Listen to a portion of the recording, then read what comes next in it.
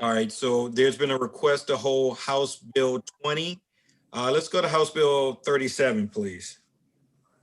House Bill 37 is the bill that, as introduced, would lower the threshold for the application of the prevailing wage law from $500,000 to $250,000.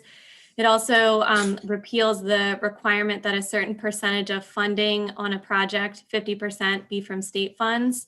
There's an amendment in the packet from the sponsor that restores a percent threshold. So if you adopt the amendment, the effect of the bill would be to lower the dollar threshold to $250,000 and to align sort of the public school construction 25% threshold with all other projects in the state. So all projects in the state would be subject to the 25% state funding threshold. Okay, so there is an amendment. It is. Yes. Is there a motion on the amendment? Move the amendment. Is there a second? Okay. Moved and second. Discussion, and I can't see if anybody has any, so they will need to call me out and let me know. Can I just, Mr. Chair, can I just ask? Yes, sir. The technical version of the amendment, but in common sense language, what does the amendment do now? What the amendment, so the bill as introduced would have said that for any project for something other than school construction over $250,000, the first dollar of state funds that was put on the project would make it subject to prevailing wage. What this, with the amendment, what the bill would say is the project would have to be at $250,000 or above, and 25% of the project cost would have to be state funds. So it restores a percent threshold for the prevailing wage as well. Thanks. Sure, I have a question. Yep. Just curious. So this would only be going forward. This would not be for any ongoing or current contracts, correct? That's a good question. A couple of years ago on the floor, an amendment was added when the prevailing wage law was amended in this fashion to make it explicit that it would apply prospectively. This bill doesn't contain that prospective language, but I mean, in general. I would ask that if we could, Mr. Chair, I don't know if we need to hold it or not, but if we could get an amendment to make it prospective, because there are already individuals who are entered into contracts. We're running into this now where we're having, Laura and I discuss this, we're prevailing, living wage issues the living wage issues are changing there every year, but the contracts are being required to be bid on for 3 years. And you have to kind of guess what the living wage is going to be. I'd rather not have this happen for individuals who are already currently in contract. Chris, do you have That'll any? be fine. Okay. But do we need to hold it to add that? I don't think that needs to be held. That's pretty simple. Yeah, it wasn't meant to be retrospectively, Delegate Wilson. But we need to now vote on those two amendments, the one we just did, as well as the one that's already there. So let's take them together. I don't think we need to separate them. So all in favor of the amendment signify by aye. Aye. Aye. Opposed, nay. All right, the motion carries. Move the bill as amended. Second. Moved and second. Is there any discussion on this? Mr. Chairman? Delegate Adams. Yeah, just briefly, this bill, if it passes, broadly increases the number of jobs that prevailing wage applies to, and a lot of smaller projects that wouldn't historically be part of that. And it may include small contractors that have worked on prevailing wage. Just an observation, and I'm going to oppose the bill when we vote. No, understood. Anyone else? If not, Madam Vice Chair? Yes. Delegate Brooks?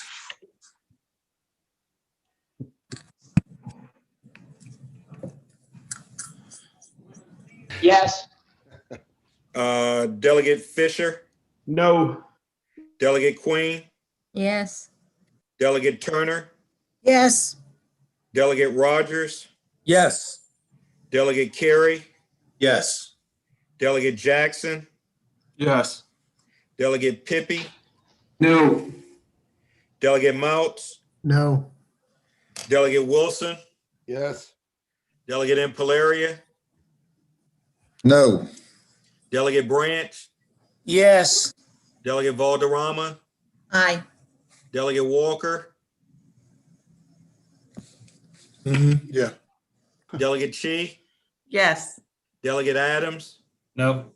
Delegate Arentz, No. Delegate Fennell, Yes. Delegate Charkoudian, Yes. Delegate Howard, No. Delegate Crosby, Yes. and Delegate Watson.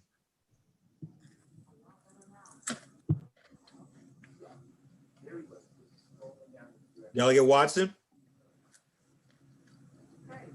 She was here. Yes. Okay, Delegate Watson's a yes, motion carries. House Bill 41, please.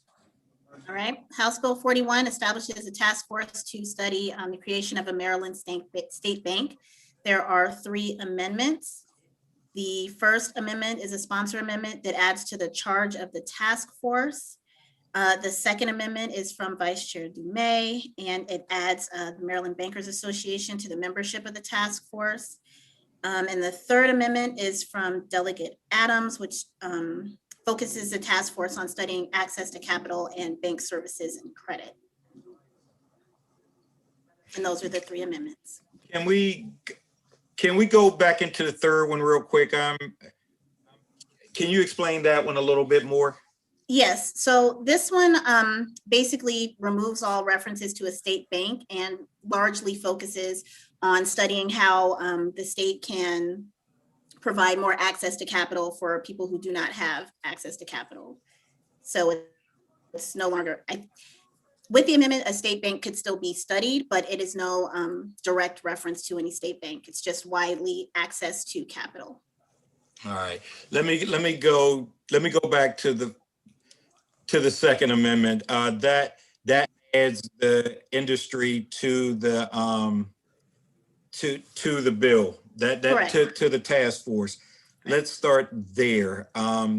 Is there a motion? That amendment, Mr. Chairman, also changes the committees and the bill as it was introduced, talked about the Senate Budget and Tax and the House Appropriations. It changes it to Senate Finance and ECM. Not that that's a big deal, but it also does that. Okay, no, that's fine. So you moved it, Madam Vice Chair? I do now. And I second it. Been moved and seconded on the second amendment, Delegate Dumais. All in favor signify by aye. Aye. Oppose nay. So the motion carries. Let's go to the first one now, the first amendment. Mr. Chairman? Yes, ma'am. I'm not sure this is not something I'd fall on my sword on, but the way it's drafted, I think this amendment sort of suggests the conclusion.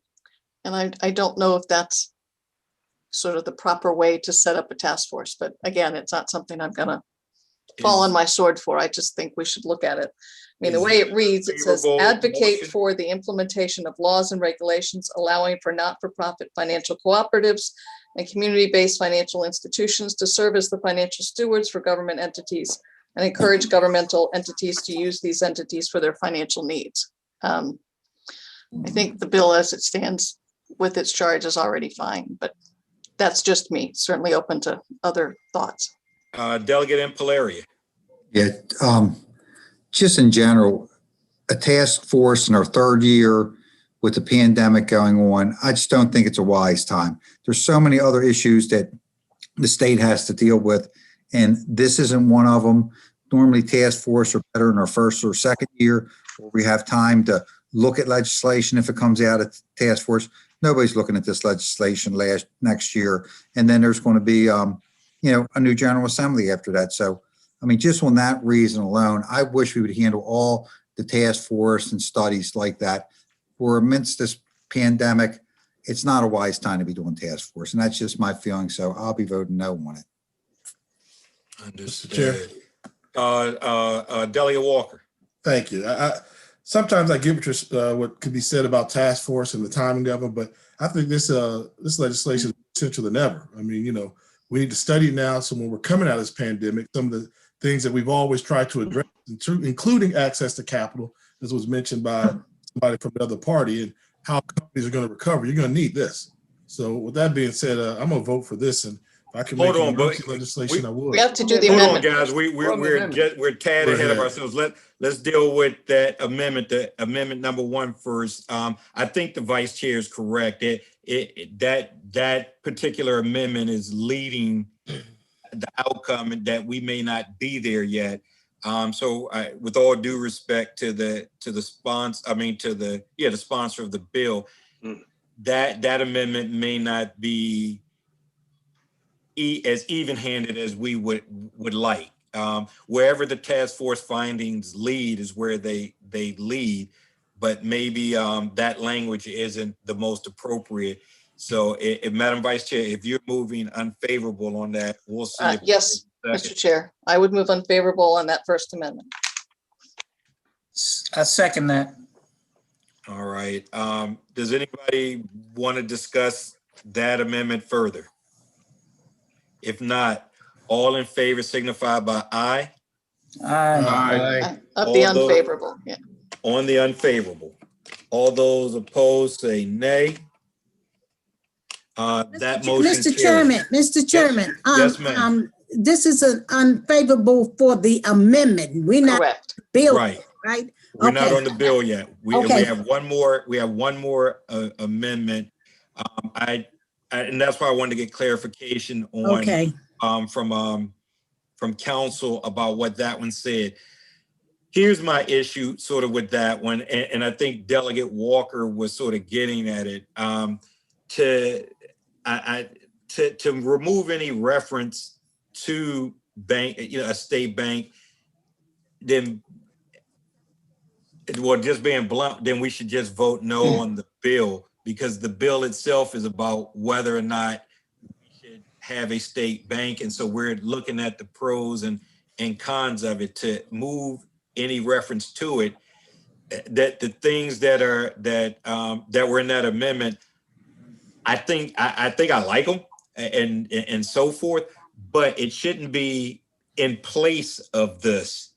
You see what I'm saying? Those two things aren't incompatible in and of himself. You can study a state bank and then do also, separately, we can look into all those things that they were talking about. But if we're going to say that we're not going to address that, then we should just vote the bill down. I would move unfavorable on, was it Delegate Adams' amendment? Is there a second? Delegate Adams, do you wish to speak to that? I mean, I can speak briefly to it. I think that the rationale behind the bill being brought is to talk about inequities in lending and to try to address those in a comprehensive way.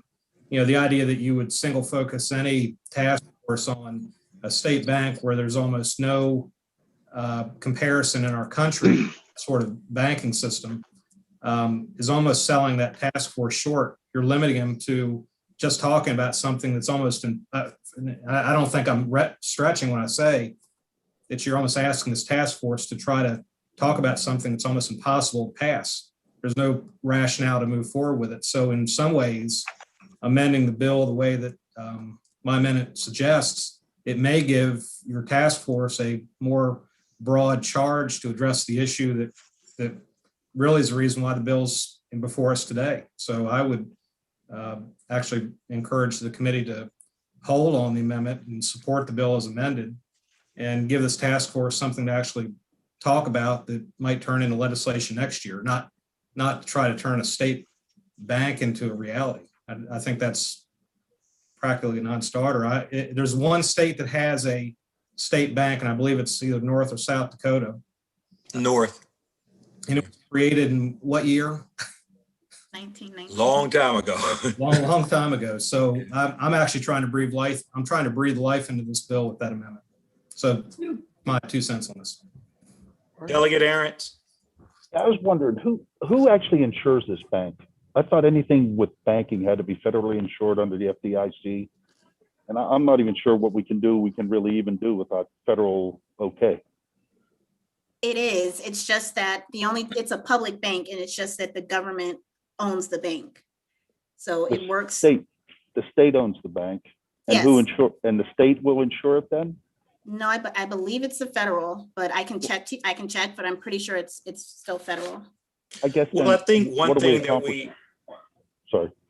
No, I was just going to say, Delegate Aarons, and I think one thing we sort of have to look at with banks, they don't have to be banks like Bank of America and so forth. We're taking deposits from people like regular citizens. They could just be a state bank in the sense of them handling their own money and things of that nature. I had done a little research on it, and that sort of, I didn't even realize that. I just assumed they would operate like your typical community bank, but they could be a bank where they're just handling the state's money. Okay. Delegate Queen. Thank you, Mr. Chair. I'm not sure where we're going to go with this, but kind of on the vein of what Delegate Walker says, I think we need to do some study as relates to all the gaps we have of access to capital and other unbanking issues. If not accepting Delegate Adams' amendment could possibly have us not do the study, I have concerns about that. I don't know if we can meet some medium ground there. Mr. Chair, if we pass the bill, we'll be doing the study, correct? Correct. So I don't believe Adams' amendment, and no offense to my colleague, but if we don't pass that amendment, the bill will still pass. It may be a little bit of a floor fight, but I believe it would still pass, and we will still get the study that we want. Got it. Anyone else? If not, then the motion that's before us is an unfavorable on the amendment. All in favor signify by aye. Aye. Aye. All those opposed say nay. Nay. No. Hey, That sounds like 16-7. Sound like that. Move the bill favorable with amendment. Second. It's been moved and seconded for favorable as amended, the amendment being the DeMay amendment. Correct. Roll call, Madam Vice Chair. Yes. Delegate Brooks. Yes. Delegate Fisher. No. Delegate Queen. Yes. Delegate Turner. yes, Delegate Rogers. Yes. Delegate Carey. Yes. Delegate Jackson. Yes. Delegate Pippy. No. Delegate Mouts. No. Delegate Wilson. Yep. Delegate Impalaria. No. Delegate Branch. Yep. Delegate Valderrama. Aye. Delegate Walker. Yeah. Delegate Chi. Yes. Delegate Adams. No. Delegate Aarons. No. Delegate Fennell. Answer any questions. Delegate Fennell, you're Yes. muted. Was that a yes? Okay, Delegate Fennell was a yes. Delegate Charkoudian. Yes. Delegate Howard. No. Delegate Crosby. Yes.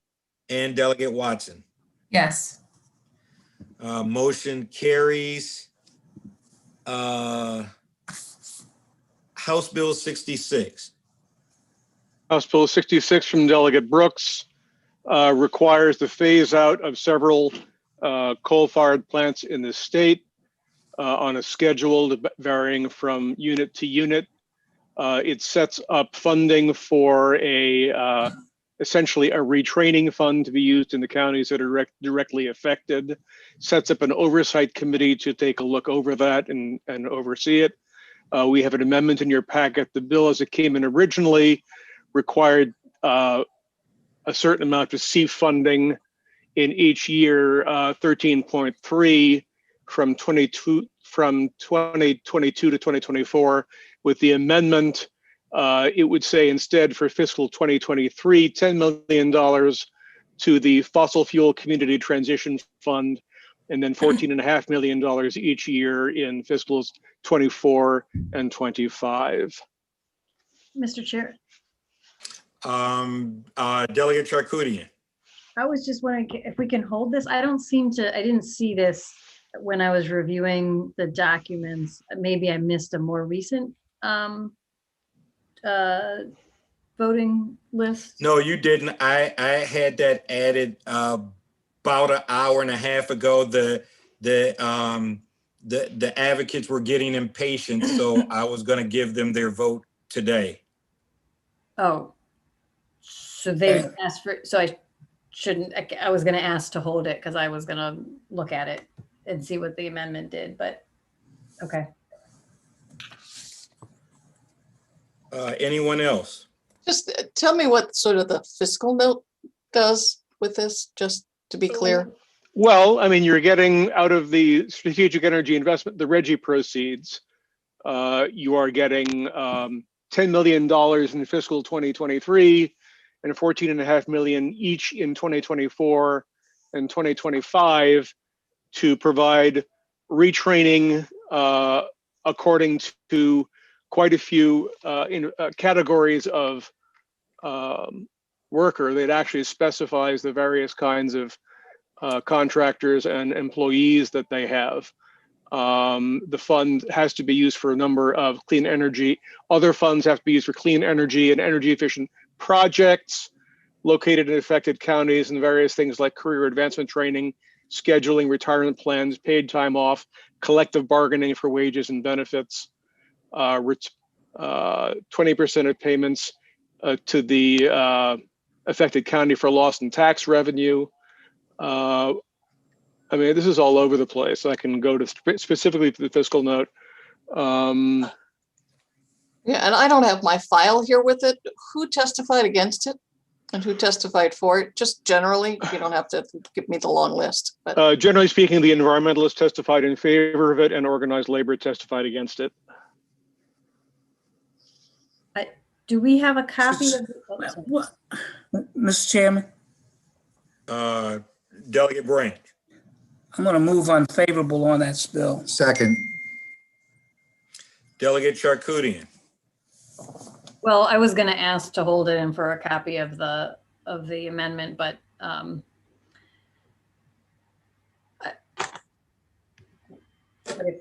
mean, if you feel strongly about moving it today, I'd rip that Band-Aid off.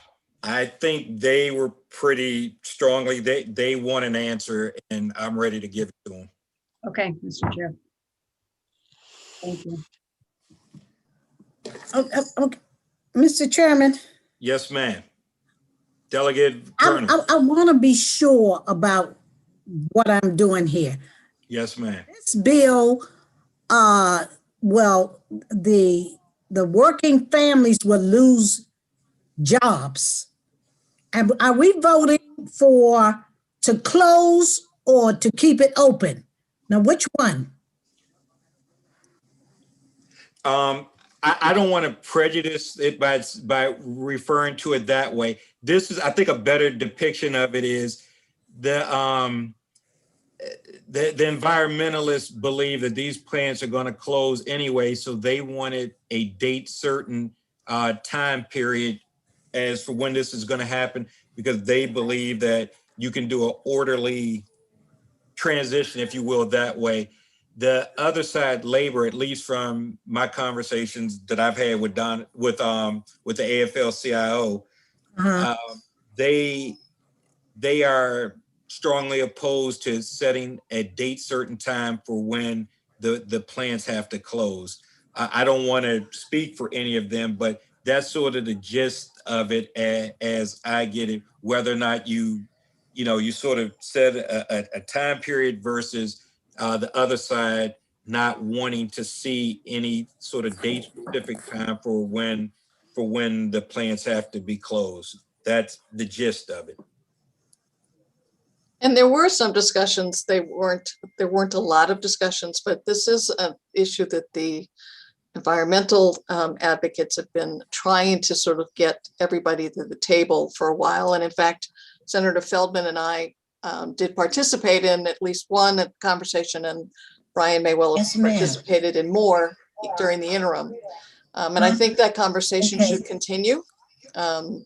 You know, the idea being this is something environmental advocates and labor could work together on if these plants are going to close.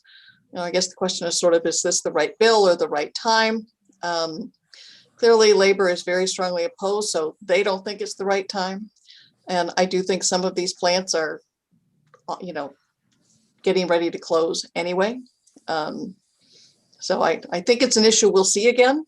And hopefully the discussion will continue, particularly as it gets a little more critical that the plants are going to close. I see two hands raised, Delegate Wilson and Delegate Chi. Delegate Chi was before me, Mr. Chair. Okay, thank you, Mr. Chair. I just, since Madam Vice Chair mentioned the plant's closing schedule, maybe, you know, since the bill sponsor is not here, you can comment for everyone's knowledge about that. How, for example, I think for example, in our backyard, there is one in Dickerson, right? That will be affected. So what would that look like in real life, or what would that mean? Dickerson isn't in the bill. No, it's kind of already closed. Yeah. Right. Mr. Chair, I'd like to say something to you. Delegate Brooks. Okay, thanks, Mr. Chair. Yeah, the bill, as it was to try to provide an off-ramp, you know, for those individuals who will be impacted by the closing. Yeah. And and that's primarily, you know, the CEF one that was mentioned earlier, 10 million in 2023, and then 14.5 in 2024 and 2025. As apparently seemed like both parties, you know, the environmentalists, and then of course the union can't, you know, not seeing eye to eye on this, you know. So, but that's what the intent of the bill, and of course that's what the amendment stated. So it was just, but we'll, I mean, that's just what the intent of the bill was. Thanks, Mr. Chair. No problem. Delegate Wilson. Thank you, Mr. Chair. I guess my point was, this is very frustrating that this is somehow deemed an anti-union bill. And I understand that, you know, the cost is, I understand the cost prohibitive part of this. I just think it's very frustrating to be putting us between a rock and a hard place, when at the end of the day, especially in a county like mine, that's actually going to be impacted by this, trying to find a way to preserve these jobs and move on. It's kind of like blacksmithing. At some point, it's going to be outdated. So do we keep telling the blacksmiths to work every day, or do we try to help them plan and retrain? And that's where we're at right now. You know, coal industry might as well be beeper stores. I mean, they can be around, but they're going to slowly die out, whether, you know, no matter what we say. So I understand, you know, what the vice chair said. It's just very frustrating that we have to be put in this kind of catch beyond the fiscal note. I get that. I get the cost, but the whole, you know, anti-union part of this, we're actually trying to preserve these individuals' ways of life and retrain them. It's very frustrating. So I appreciate your time, Mr. Chair. Maybe we can, I think the conversations just have to continue, and it might work well if we have everybody at the table. We don't need a legislative task force or whatever, but we'll just, and obviously other members of the committee, including particularly Delegate Brooks, let's put something together in the interim and get these people talking. So it's not sort of so polarized when we get it, you know, because I imagine the bill will be back. So let's do it when it's not polarized. Ditto. I agree with that too, Madam Vice Chair. Big. Delegate Charkouti and then Delegate Watson. Thank you, Mr. Chair. Is it possible, sort of on that note, to send it to summer study in some formal or informal way instead of voting it up or down now? It's kind of the same thing. Yeah. I mean, it's, we can call it something different, but effectively it's the same thing. Except one reflects I think that what I'm hearing from my colleagues, and certainly I share, is this desire to support the conversation rather than feel like we're like recognizing it's a challenging conversation and wanting to support it rather than picking a side on a hard issue. And so I think that officially sending it to summer study potentially reinforces our belief that this is a conversation that needs to continue. Mr. Chairman? Let me go to Delegate Watson first, and then I'll come to you, Delegate. All right. Given all that we have said, and I tend to agree with Delegate Wilson, and I am hesitant to choose sides because I think there is a conversation that needs to happen. I just wondered whether Delegate Brooks would maybe consider withdrawing the bill for further study.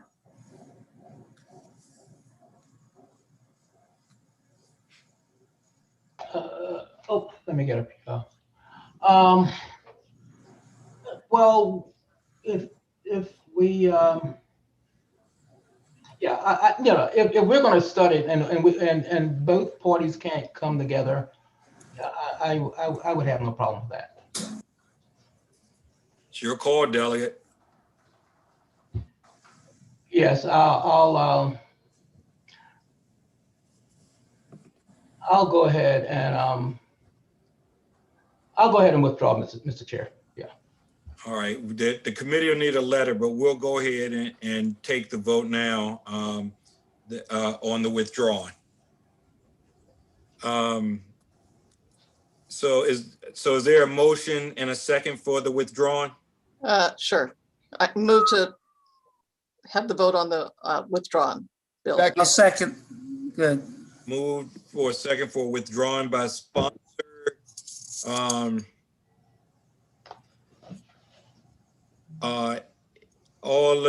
Does anyone wish to be recorded in opposition to that motion? If not, all present voted aye. What's the next one? Is that 69? Yes. Yes. House Bill 69 prohibits a food service business beginning January 1st, 2022 from providing single-use products to a customer unless the customer asks. These products include condiments, lids, stir, straws, and utensils. Food service businesses are also required to keep a limited stock of these products on hand at all times. This bill also prohibits a lodging establishment from providing personal cleaning products in small plastic bottles unless the customer requests. There's one set of amendments from the sponsor. Mr. Chair, would you like me to go over those amendments? Please. Okay. So the first amendment strikes the part about the hotels from the bill. It provides that the bill does not apply to food and beverage products that are provided at drive-thrus or food or beverage products that people serve to themselves or lids. Adds delivery to the type of service that may not provide the single-use food or beverage products. Authorizes a business to apply for up to 2 waivers of up to 3 months each if compliance will be a hardship. Substitute the word person with food service built business to shield individual workers from associated penalties, and provides that if at least 3 months after the first warning of food service business violates, it is a civil penalty of up to $500 per violation, but not more than 1 penalty within a 7-day period. That's it. I move the amendments. Were you done, Tiffany? I'm sorry. I'm done. Okay, move the amendments. Second. Any discussion? Delegate Howard? No, I got a question on the bill. We'll go ahead with the amendments if that's okay, Mr. Chair. Oh, you said on the bill? Yes, sir. Okay. All in favor signify by aye. Aye. Aye. All those opposed, nay. On the bill as amended. Is there a motion and a second? Move Move favorable. unfavorable. I was moving favorable, Mr. Chair. Move unfavorable. Second on. Now, Delegate Howard. Second. So, Council, Did you say that the bill requires businesses to have some of the plastics utensils on hand? Correct. So it's a bill that's looking to eliminate the usage of plastic utensils by requiring businesses to buy and keep on hand plastic utensils. No, Even so that businesses section, that might not sorry. normally use them. Is that the way am I reading this correctly, or? No, so that section is added because people with physical disabilities, they can't use, like, they need plastic straws to actually drink.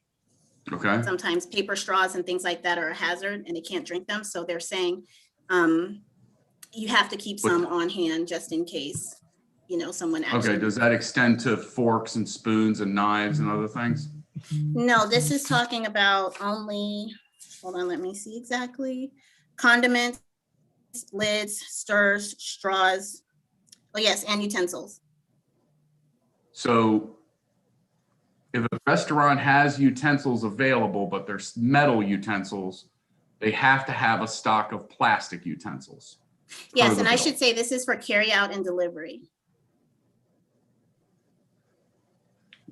Okay, what if they don't provide anything now?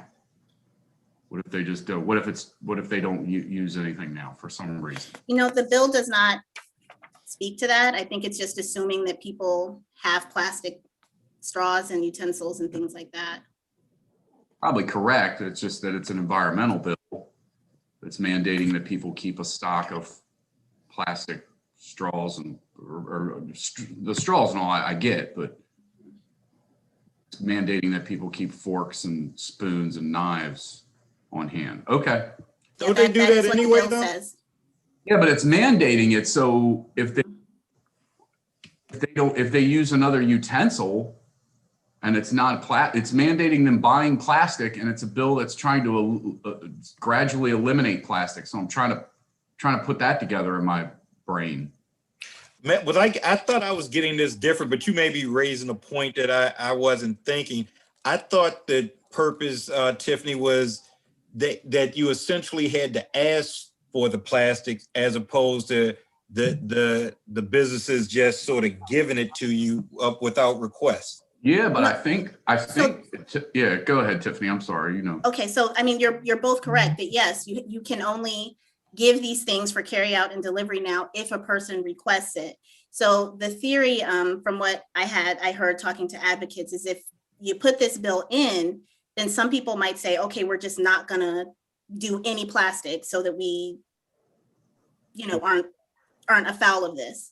So the worry there is that the people now with the disabilities can't eat out and they can't eat the carry out. And so this is kind of trying to make them whole and equal. That's the theory behind it.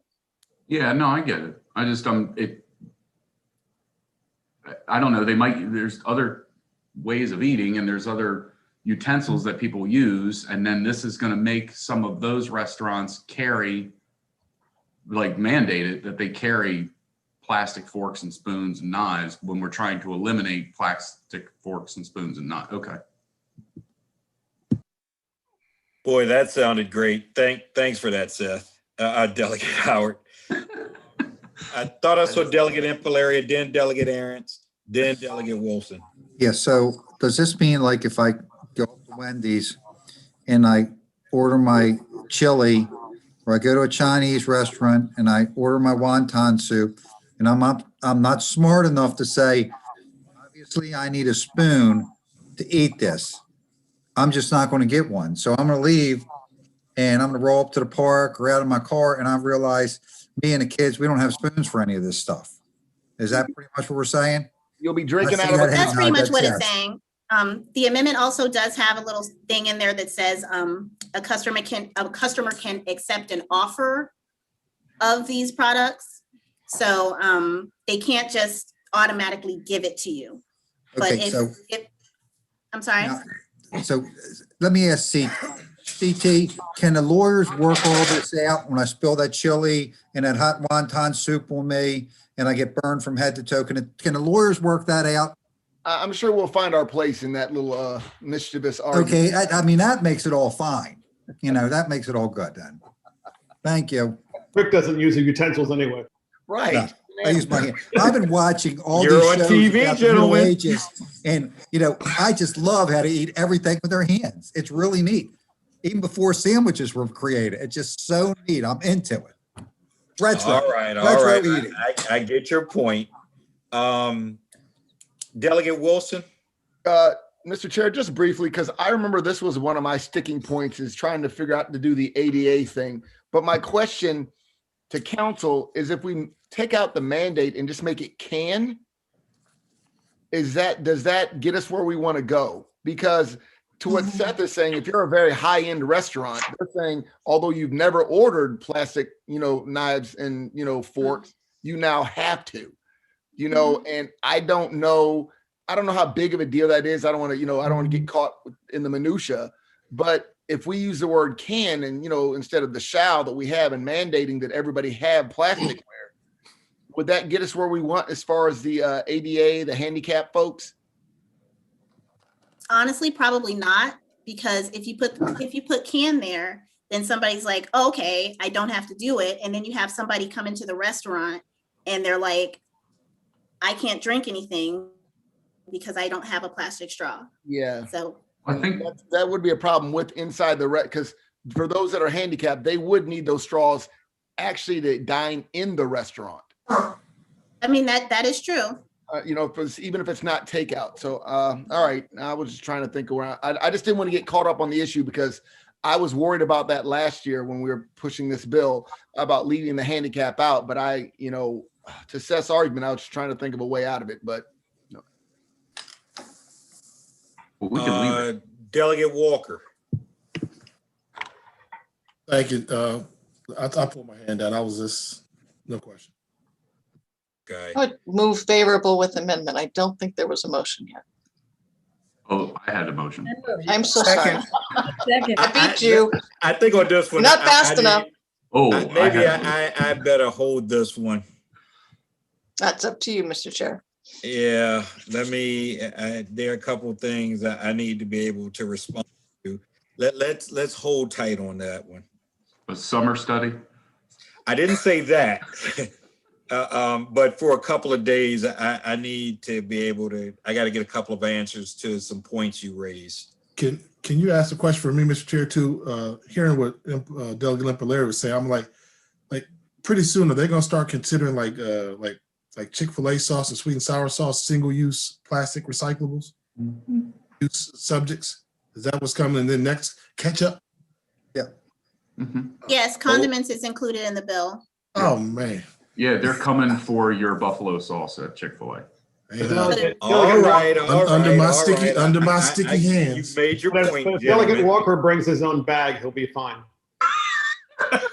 Let's try 221. Let's try House Bill 221. House Bill 221 from Delegate Turner. This is the bill that, as it came in, would prohibit the use of credit for private and passenger motor vehicle insurance. Delegate Turner brought in an amendment to sunset it in 2 years.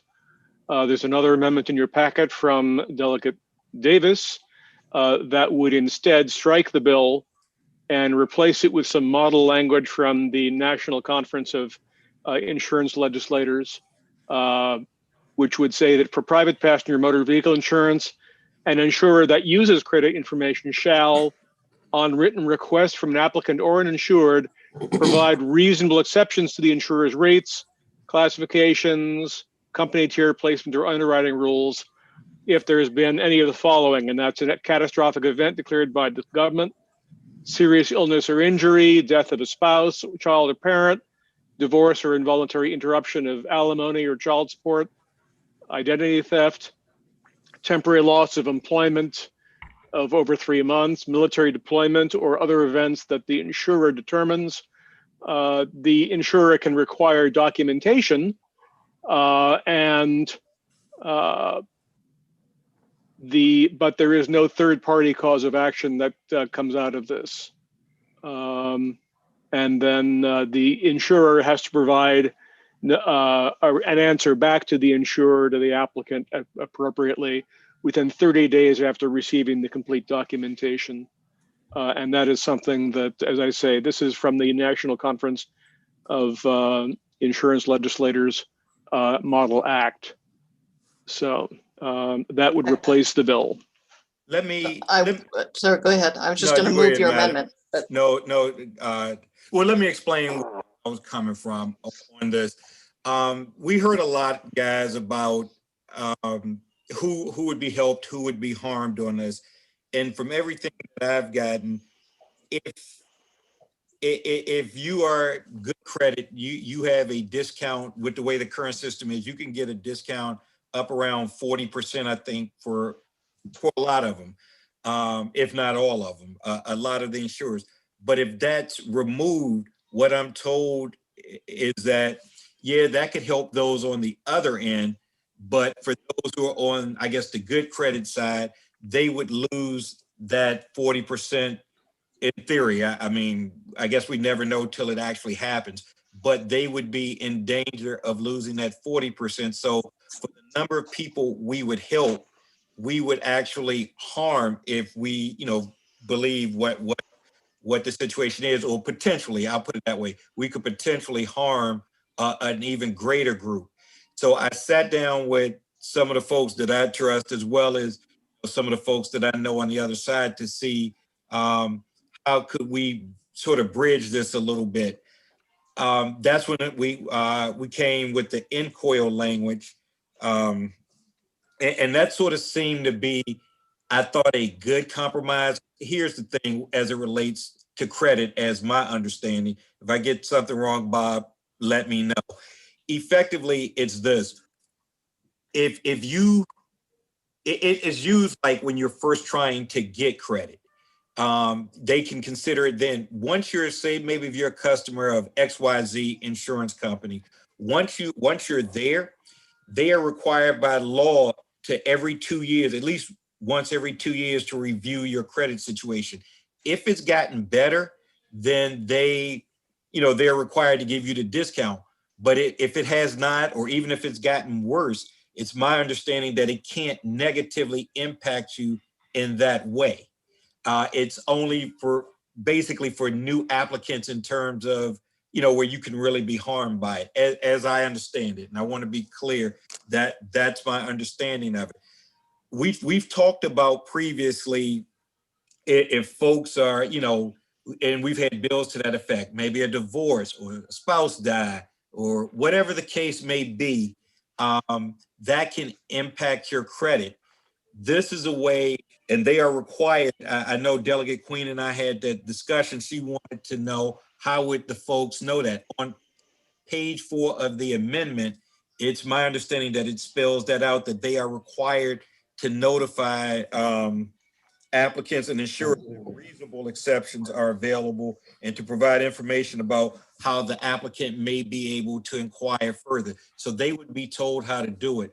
Ultimately, it comes down to this. Could we pass the bill through committee and through the House? Maybe. I don't know that it survives in the Senate.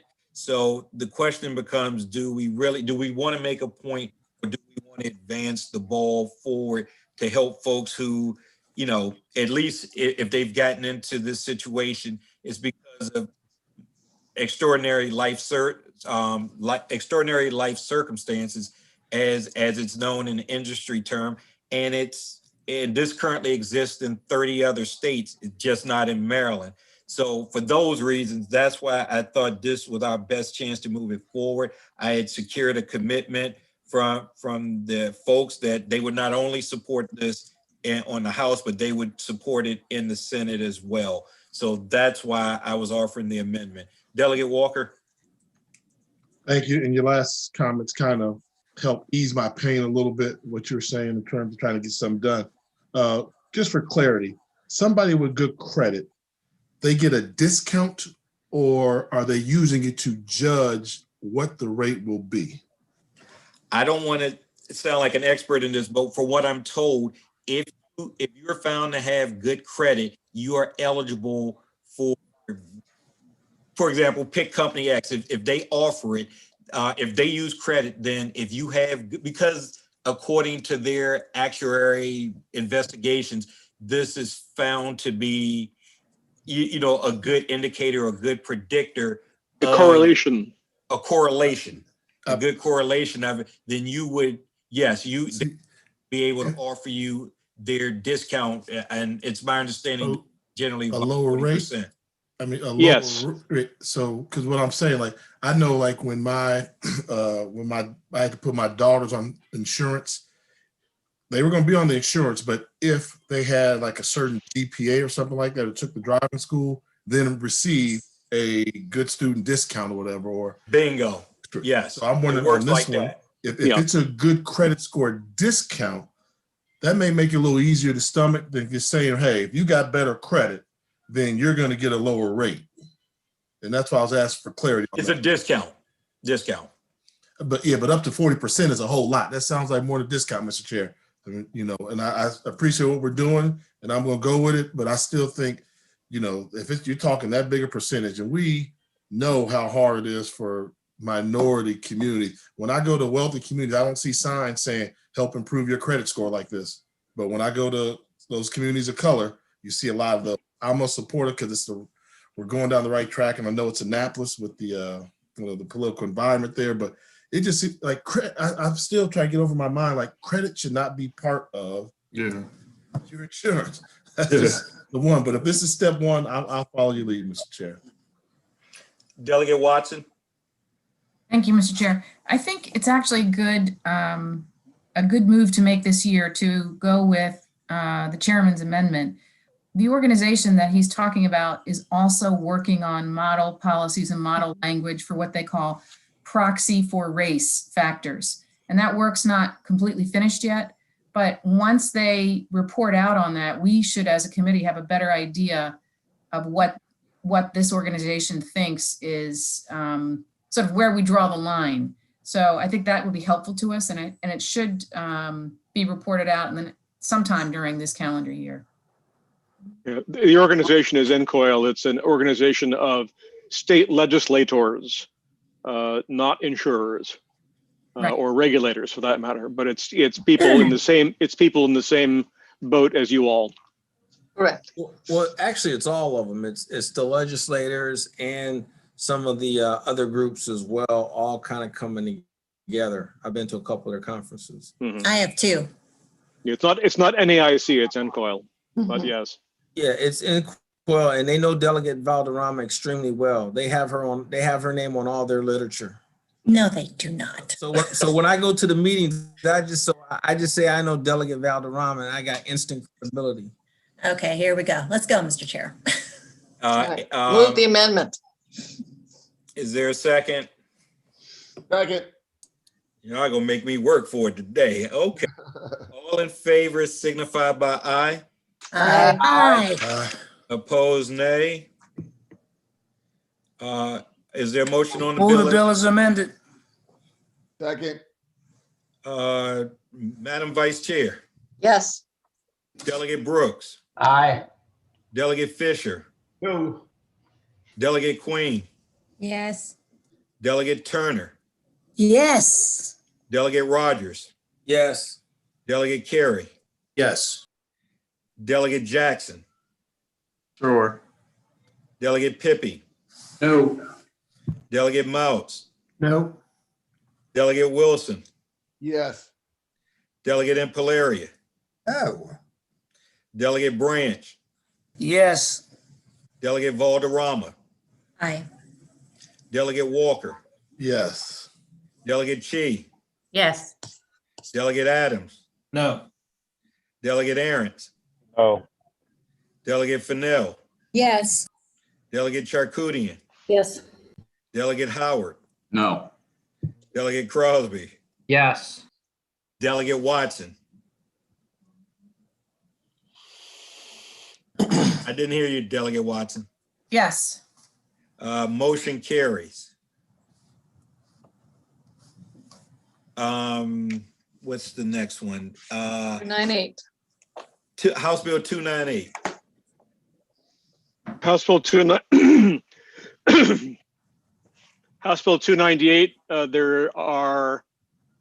There's an amendment in your packet. I had a request for an additional amendment, which turns out to be identical to what's there now. The bill, as introduced, requires the PSC to consider both climate change and labor issues in everything where it has a deliberative process and where there are specific factors laid out. Including the certificate of public convenience and necessity. With the amendment, the labor portion and the wage reporting is stripped out from the CPCN process, but it remains in the general provision on what the PSC must consider. Talking.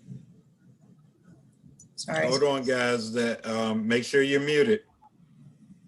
Thank you.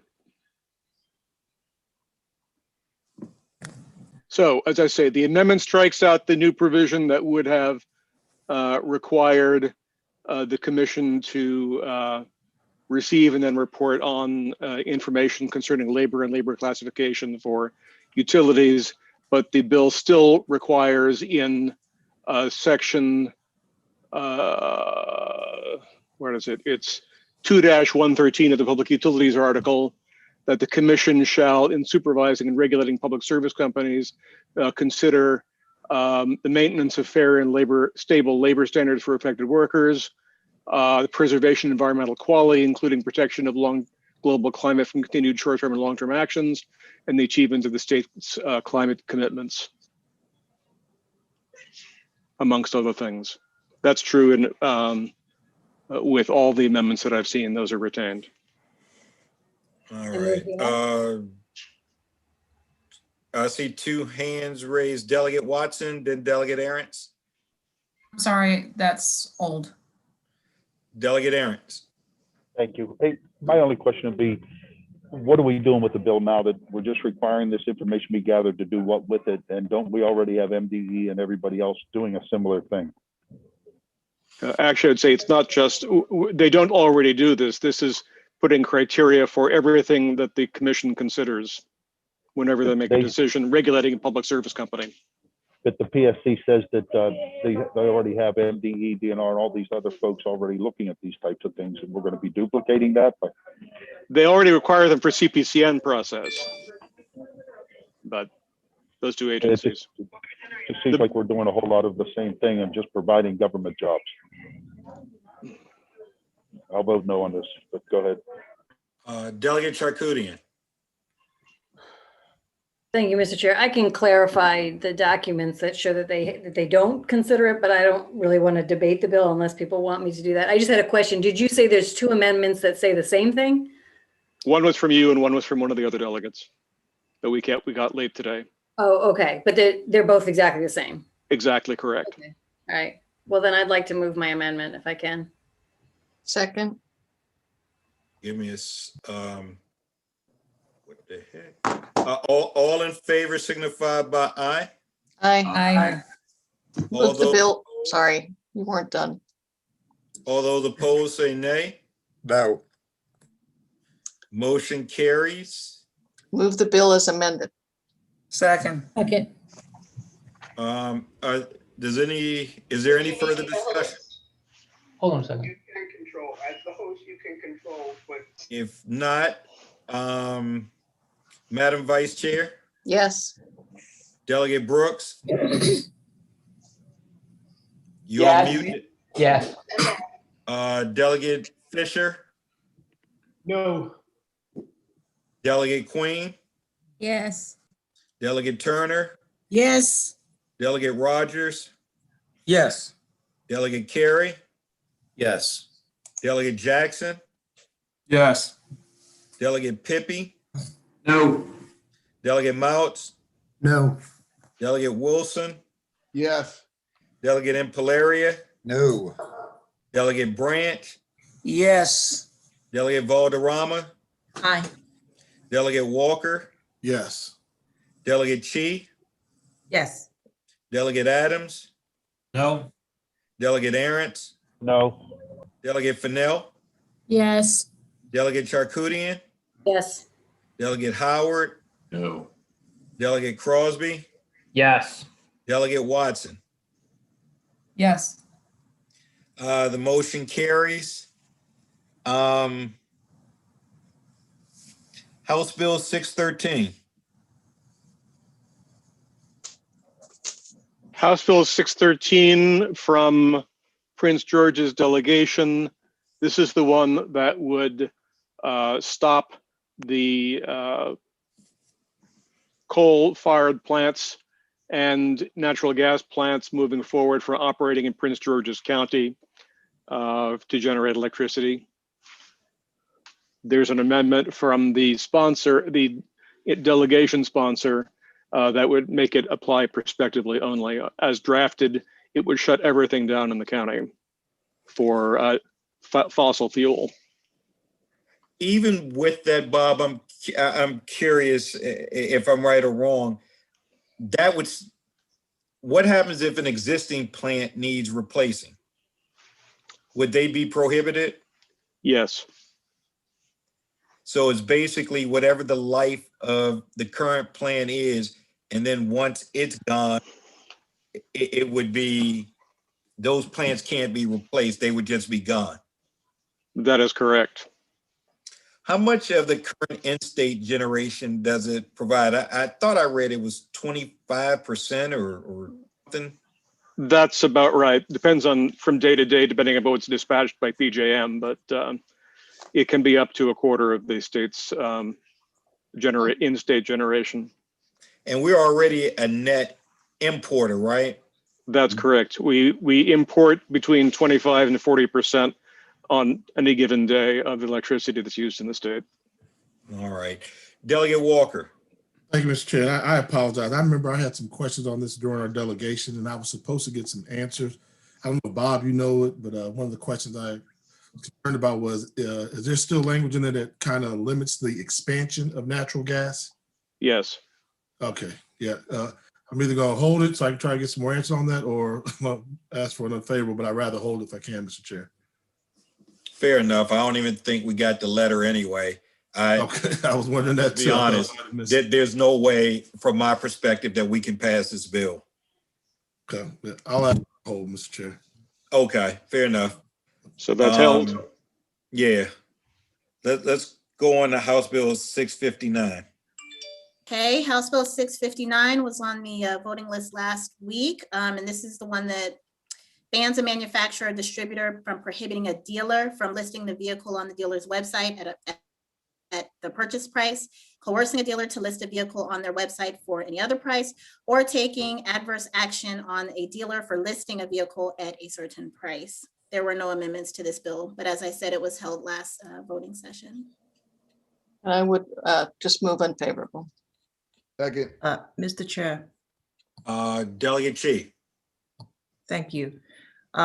First of all, I appreciate this committee's sincere consideration of this bill, which was a much narrower scope than last year's bill. I just want to make a couple of quick points, and you have already heard me both by emails and through other means of communication, so I appreciate your consideration. I just want to remind my colleagues again that this bill is really, at the end of the day, not about the manufacturers or the dealers. This bill is about consumers. It's the party that is not a party to the franchise agreement. That's the party we are here for. Other than your house, your car is your biggest purchase. And if somebody arbitrarily prohibits the dealers from putting the prices out on the website, that's where the first place consumers go to look up for information about the market, the models, and whatever. That is deceiving consumers. And we should prohibit those kind of practices as legislators. And if you ever wonder if Maryland legislature has ever stepped in the name of protecting consumers in the middle of such agreement, I can tell you, yes, there was a precedent of that. Just a few years ago, manufacturers actually prohibited dealers from disclosing defects under warranty, except for safety recalls, so that the repairs would fall out of warranties to those consumers who have already purchased the vehicles. So the Maryland legislature stepped in and corrected that. So it was a win for the consumers. In that case, the dealers could now legitimately disclose the defects to the consumers, even if they have already purchased the vehicles. That's called consumer transparency and protection. That's what we are here for. And to some of you who expressed the concerns that some of your dealers in your district reached out to you and say, what if the manufacturers are going to come back and pull the advertising dollars from the rest of us, right? And yes, that concern is real, but think about it. If you are a manufacturer, why would you get out of the Maryland market? It is such a wealthy, ripe market where the vast majority of Marylanders have to rely on driving, sometimes as the only means of transportation to get around. Why would you pull out of the market by selling fewer cars? It doesn't make any logic sense. So it's a hollow threat that intends to intimidate the dealers. And I'm disappointed that Meta actually bought into it and pushed that kind of rhetoric. So I really urge you to think about, who we're here to represent, whose interests we're trying to protect. It's not about getting involved in, manufacturers and dealer contracts. It's about consumer protection. That's what at the end of the day what this bill is about. And the Senate has already voted overwhelmingly in support of that. The Senate sponsor is Republican State Senator Senator Huff. So I really urge you a green vote. Thank you very much. Delegate Pippy. Thank you, Mr. Chair. Yeah, actually was the one who held the bill last week. Look, I mean, I've kind of heard from different sides. I will say that the actual dealers that I've talked to, the ones that literally own the dealership, have told me that they were in support of the bill. I know that there's some trade organizations kind of going back and forth on what the industry allegedly supports or what it doesn't support. But when I spoke to individuals on an individual level, I was told that they supported it. And again, as Delegate Chi mentioned, in the Senate it's already passed. It's bipartisan. Matter of fact, my senator in my district, pretty conservative district, is the sponsor on the Senate side. So at this point, I'm going to support the bill because again, I can only go by what's presented to me. I can go by the arguments that are made. I can go by the testimony, and when weighing all the factors, pros and cons, the pro list at this point seemed to outweigh the con list. So that's where I'm at. Thank you. All right. Anyone else? Mr. Chair, I think my position's been clear. I am concerned, and I appreciate that Delegate Pippy has talked to some dealers that are in support. I have talked to dealers as well who are not. Now, in fairness, some of those dealers are closer to Virginia than Frederick might be, and I don't know if that's the only dealers you spoke to. And I do think that the manufacturers are going to turn around. COVID has made it clear that people are buying more online. I think this is a little different than a warranty question. And I think, if the dealers really, I don't know what the unintended consequences are. And that's the reason that I am concerned, particularly for the dealers sort of in the Bethesda and the Chevy Chase area that are going to have to compete with Virginia. I think it is something the trade association needs to talk to the manufacturers about. And there was no testimony whatsoever that has been done. And so that's the reason I am still unfavorable. All right. Delegate Wilson. Mr. Chair, just briefly, again, to piggyback on what Madam Vice Chair said, we're stepping into contract here. These folks have entered into these agreements. And again, if I had heard testimony to the contrary, maybe I would have been a little more on board. And the few that I've talked to, they're very nonchalant about this, ambivalent at best. So again, beyond the one car dealer that pushes this every year, I'm not really hearing anything else that would have me turn a light on in my head to say, let's get involved in contracts that have already been written and agreements that have already been entered into and nullify the parts that we don't like or that the dealers don't like. So again, I haven't heard anything that would motivate me to get involved in agreements that these dealers themselves made. And many of them said they don't have a problem with. Thank you. Delegate Mounts. Thanks, Chairman. I just wanted to share, I'm going to vote against the bill, and I have talked to my dealers, and they're on the shore. We're in a different situation. We don't have the population density, and there's a lot of competition in the market, and consumers I want to look out for consumers too, but there are other ways to look out for consumers than to put your local dealers at jeopardy. And they're real concerned about that. So I take seriously my vote, and I take very, very seriously trying to help the consumers. And I'm not trying to disparage the sponsor or the bill. I just want to share that perspective with the other members of the committee. Thank you. Delegate Pippi, did you want to speak again, or was your hand left up from previous? Sorry, that was the residual hand. Got it. Is there anyone else?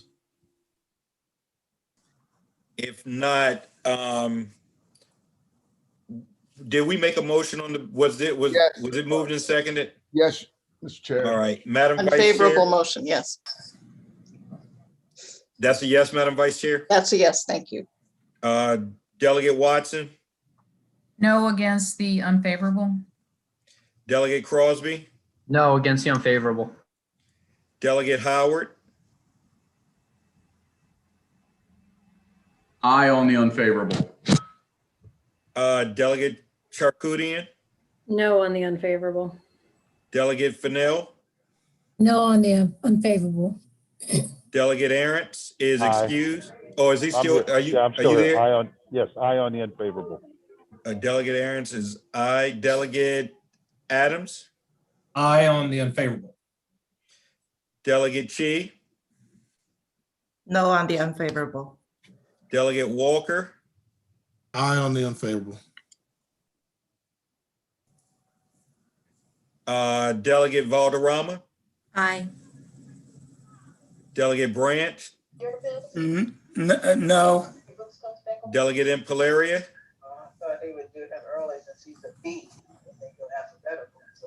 are you there, Delegate Impalaria? No on the unfavorable. Delegate Wilson, Aye on the unfavorable. Delegate Mouts, Aye on the unfavorable. Delegate Pippi, No on the unfavorable. Delegate Jackson, Aye on the unfavorable. Delegate Carey, Aye on the unfavorable. Delegate Rogers, No on the unfavorable. Delegate Turner, No on the unfavorable. Delegate Queen.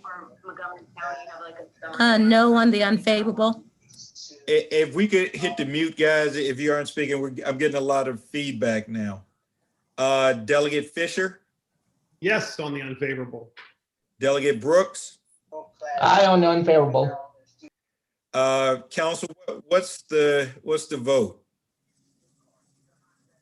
I have 12-11, I don't know.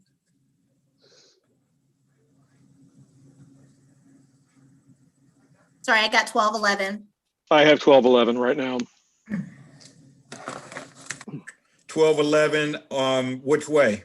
In favor Yay of on the the unfavorable. On the unfavorable? Correct. All right. It's just going to be 11-12 the other way. Mm-hmm. So the chair votes aye on favorable. All right, so we have a decision on that one. The motion carries.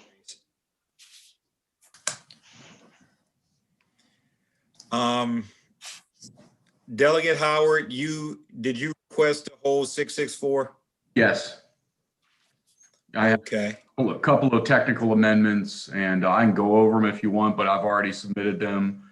And yeah, so if we can hold that to the next voting session, that amendment language has been submitted, so. Okay. House Bill 829. Yes, House Bill 829 establishes a loan loss reserve program in the Department of Commerce, which is intended to incentivize lenders to lend to small businesses that may have trouble obtaining business financing. This bill has one amendment, and the amendment authorizes a borrower to pay 0% into the fund if the lender decides. And yeah, that's it. Okay, what's the fiscal note on this, council? It is $10 million for fiscal year 23. All right, There's a now, mandated appropriation. is there a motion on this? Move unfavorable. Yes. Second. It's moved and seconded for an unfavorable. Delegate Watson. Thank you, Mr. Chair. I thought that the sponsor had sent in an amendment to strip the funding from the bill so that the program would be established and able to receive federal funding, which could act, you know, to set the program up and get the program going without state funding being applied. Is that something we do not want to consider at this point? I just don't have an amendment. So I never received an amendment. Do you know what the Senate's doing? Don't think Not that we have to follow the Senate. I'm just curious. No, I don't think but I there's believe that they are considering that amendment to put on the bill. I know you don't want to hold anything, but I just wonder whether it'd be worth holding until later in the week. Because this is something that would help small businesses in financing. Well, I tell you what, let's do this. We certainly can't pass it with the 10 million, but if someone's offering that amendment or whatever that would hold it for any federal money only, that's certainly something that we can consider, but we simply can't. I mean, I'll just be blunt. I simply can't send any state money with that kind of tag to it. So I agree with you. If we want to hold it for purposes of an amendment, that would be in order. Thank you. Delegate Charkoudian. Sorry, yes, I was going to ask for the same thing because I had talked to the sponsor. I'm good, thank you. Okay. Then we're on to 832.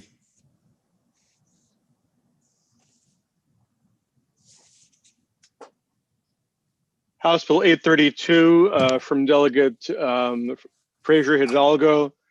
There are amendments in your packet that make a number of clarifying changes to the bill.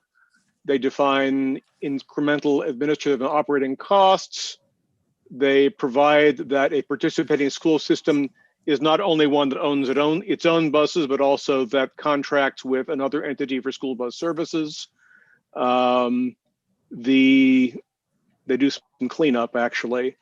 They make some require that if a utility uses electricity that the electric school buses get charge up, that electricity is replaced at no cost to the school system. Also require that the items to be considered in whether or not to approve one of these programs is the health and economic effects on low-income minority communities. It required training for school personnel who actually have to use these school buses and charge them up. And then develop a plan for training. Finally, they have to have a report back to us and to Finance Committee on evaluating the environmental and health benefits of the pilot program, financial costs and benefits, the deployment and maintenance of the buses and the use of the vehicle-to-grid technology. These pilot program would be a minimum of 3 years, not to exceed 5 years. But an electric company could, on its own, ask for an extension or an expansion of the program of the one of these programs. The program basically provides a rebate to cover the difference between a diesel or hybrid bus and a fully electric bus. Only a fully electric bus would be available under this program. So those are the amendments and the bill sort of as amended by it. Move the amendments. There a second? Second. Any discussion on the amendments? If not, all in favor signify by aye. Aye. Aye. Opposed, nay.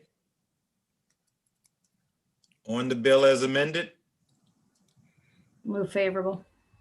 Second. roll call, Madam Vice Chair, Yes. Delegate Watson, Aye. Delegate Crosby, Aye. Delegate Howard, Nay. Delegate Charkoudian, Yes. Delegate Fennell, Yes. Delegate Aaron's, Believe he's excused. Delegate, okay, he's now excused. Sorry. Delegate Adams? No. There you go. I did. Delegate Chi? Yes. Delegate Walker? I'm sorry. Yes. Delegate Valderrama? Aye. Delegate Branch? Aye. Delegate Impalaria? No. I hear a lot of noise in the background. Can somebody mute, please? Delegate Wilson? Yep. Delegate Mouts? You need to. No. What was that? I'm sorry. I'm sorry that I voted. I can't hear your Hold vote. on, guys. Hold on. Can you all mute until I call your name? There's something's going on in somebody's background and we can't hear to accurately record the vote. I'm trying to get through this before it gets up. So if everyone could mute or Kayla, can you mute everyone? I just did.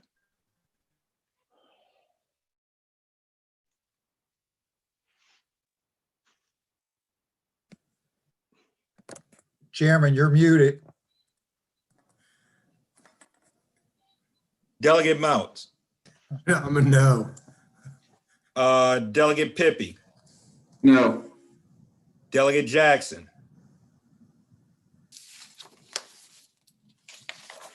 Delegate Jackson? Yes. Delegate Carey? Yes. Delegate Rogers? Yes. Delegate Turner? Yes. Delegate Queen? Yes. Delegate Fisher? No. Delegate Brooks? Yes. Delegate DeMay? Or did I already call that? I apologize. You already called her. DeMay already. So the motion carries? Correct. All right. House Bill 841, please. House Bill 841 is the bill that specifically exempts from the Maryland wage and hour law an individual employed at an agricultural stand, a retail farm, or a farmer's market that primarily sells agricultural products that the employer has produced. Move favorable. Actually, I think I move unfavorable. Yeah, I seconded it though. So. Beat you. Well, let's try a Delegate DeMay way, and then if that doesn't work, let me come back and we'll try it the other way. Let's try that unfavorable first. I have a feeling. Madam Vice Chair. Yes. Delegate Brooks. Yes. Delegate Fisher. Delegate Fisher.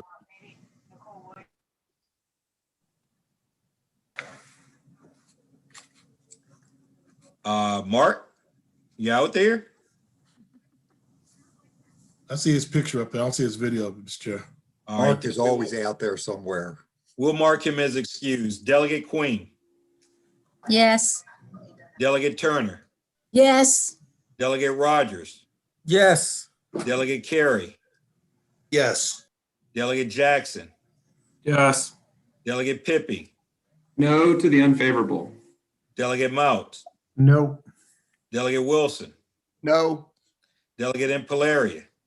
No. Delegate Branch. Yep. Delegate Valderrama. Aye. Delegate Walker. Yes. Delegate Chi. Yes. Delegate Adams. No. Delegate Aarons is excused. Delegate Fennell. Yes. Delegate Charkoudian. Yes. Delegate Howard. No on the unfavorable. Delegate Crosby. Yes. And Delegate Watson. Yes. Motion carries. And Fisher was a no too, but I had to step out for a second. Delegate Fisher is a no. Motion carries. Thank you. House Bill 842. House Bill 842 from Delegate Howard is in your packet. There are no amendments. This is the one that would require electric companies to provide user data in a requested format. We passed this last year and it got caught up, and there are no amendments. Move favorable. Second. Hey, wait a minute. I'd like to hold this bill. I'm sorry. No. That's just mean, man. All This right, is like the most moved and non-controversial seconded bill of the session. For favorable, unless there's any discussion, Madam Vice Chair, Yes. Delegate Watson, Yes. Delegate Crosby, Yes. Delegate Howard, Yes. Delegate Charkoudian, Gosh, I'll go with yes. Delegate Fennell, Yes. Delegate Aaron's is excused, Delegate Adams, Yes. Delegate Chi, Yes. Delegate Walker, Yes. Delegate Valderrama, Aye. Delegate Branch, Yes. Delegate Impalaria, Yes. Delegate Wilson, Yes. Delegate Mounts, Yes. Delegate Pippy, Yes. Delegate Jackson, Yes.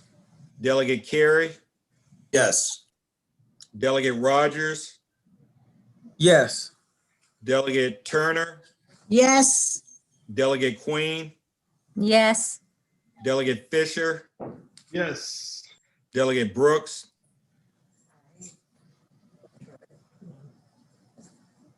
Delegate Brooks, Thank you, ma'am. Delegate Brooks.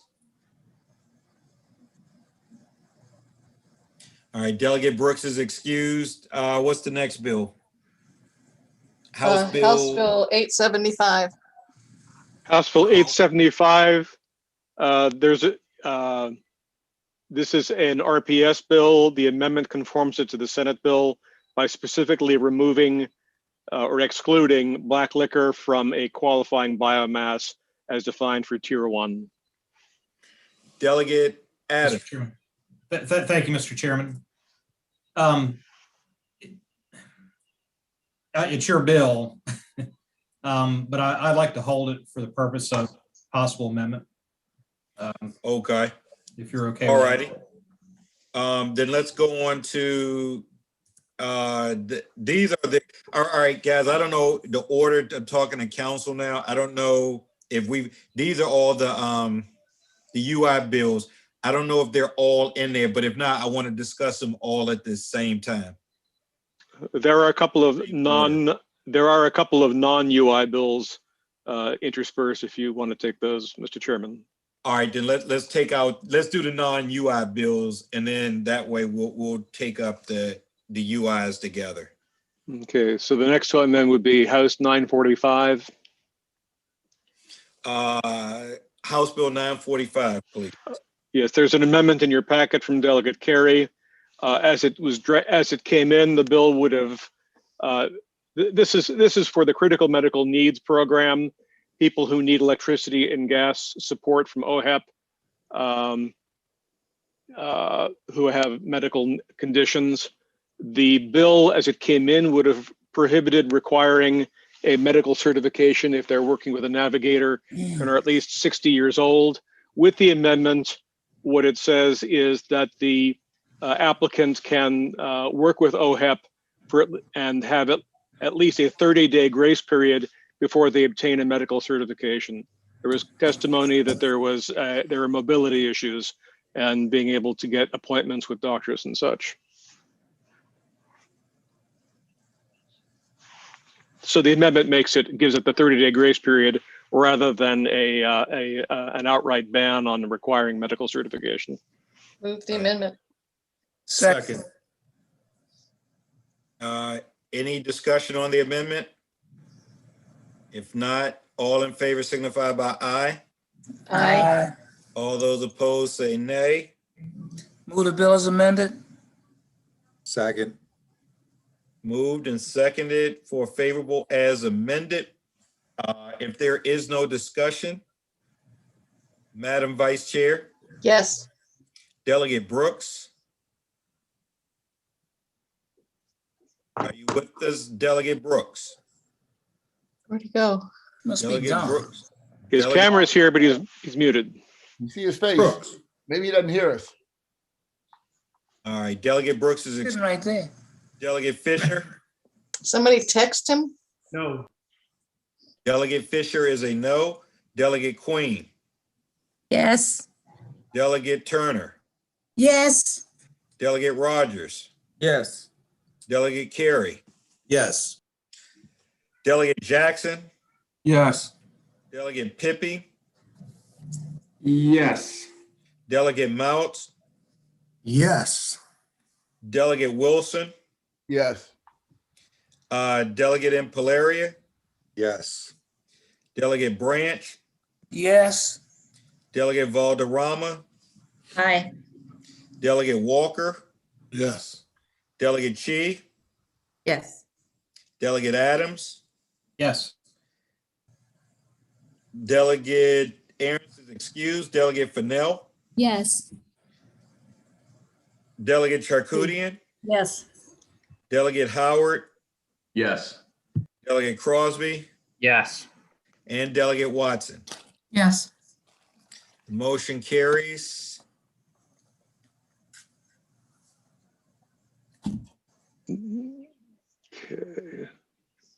1004 would be the next one. House Bill 1004 repeals a requirement that a state chartered credit union apply to the Commissioner of Financial Regulation prior to engaging in an activity or services that a federal credit union can, such as real estate lending. The bill now allows a credit union to undertake an action after filing notice of intention to do so with the Commissioner of Financial Regulation, and assuming that the Commissioner of Financial Regulation does not reject or modify and 45 days have elapsed, then they can engage in that activity. There are no amendments, and the exact same thing was actually done last year for state chartered banks as well. Move favorable. Second. Moved Who in testified second. against this bill? What was that? I didn't hear Who you. testified against this bill? Anybody? There was actually no, let me see. There was no opposition, and the Maryland DC Credit Union Association was in support, and the Department of Labor was in support. The CFR didn't weigh in on it. I'm sorry? If it's worth anything, it would have been a departmental bill, but they just didn't want to take it.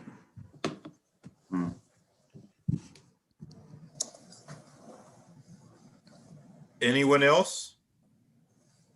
If not, Madam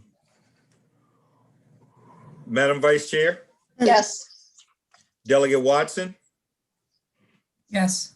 Delegate Crosby, Yes. Delegate Howard, No. Delegate Charkoudian, Yes. Delegate Fennell, Yes. Delegate Aaron's is excused, Delegate Adams, No. Delegate Chi, Yes. Delegate Walker, Yes. Delegate Valderrama, Aye. Delegate Branch, Yes. Delegate Impalaria, No. Delegate Wilson, Yes.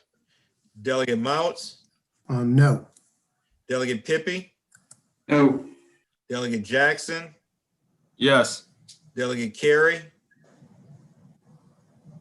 Yes. Delegate Rogers, Yes. Delegate Turner, Yes. Delegate Queen, Yes. Delegate Fisher, No. Delegate Brooks. Delegate Brooks is excused. Motion carries.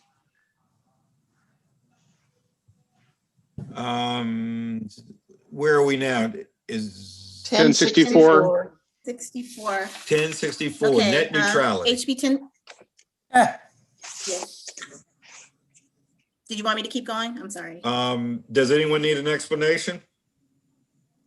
If Move not, unfavorable. Move Second. unfavorable. Second. move to Third. seconded for unfavorable on House Bill 1064. Madam Vice Chair, Yes. Delegate Brooks is excused. Delegate Fisher, Yes, on the unfavorable. Delegate Queen, Yes. Delegate Turner,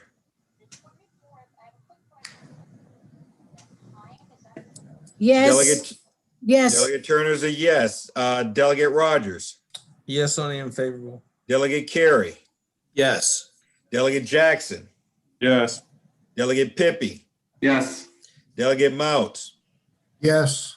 Delegate Wilson, Yes. Delegate Impalaria, Yes.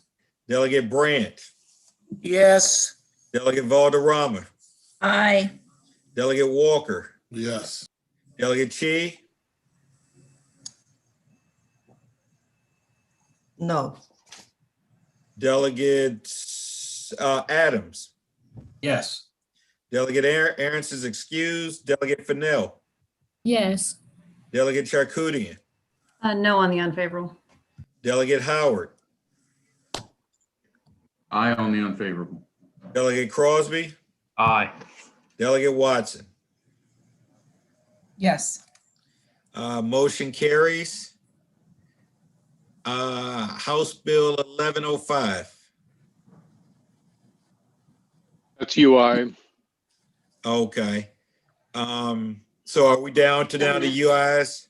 We've got 1210, 1231, 1251. Let's do the UIs now in case Okay. Yep. we need to break. Okay. Hold on, Madam Vice Chair, I need to step away for just a second. Can you take over? I will be back in just a minute. Sure. Thank you. Bob or Laura, are we going back up to 907? Yes. Bob, do you mind if you stop sharing so I can pull up the reprint? Here we go. Thank you. Go to it. Thank you.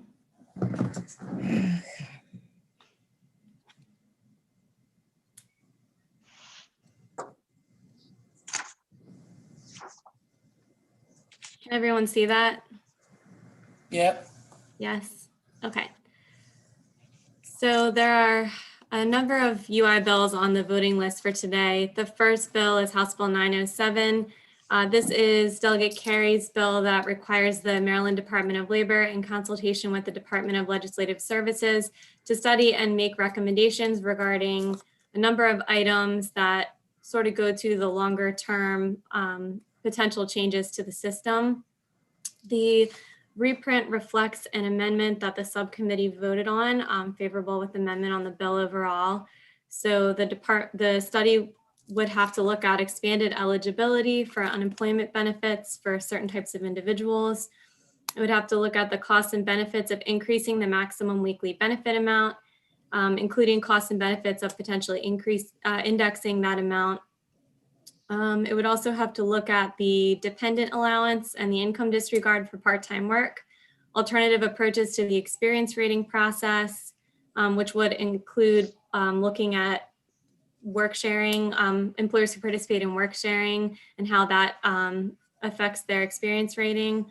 The study would also look at the establishment of clear standards for when an employee is entitled to claim UI benefits under certain circumstances. It would have to look at the solvency of the UI trust fund and any other issue that the department deems necessary in evaluating the UI system.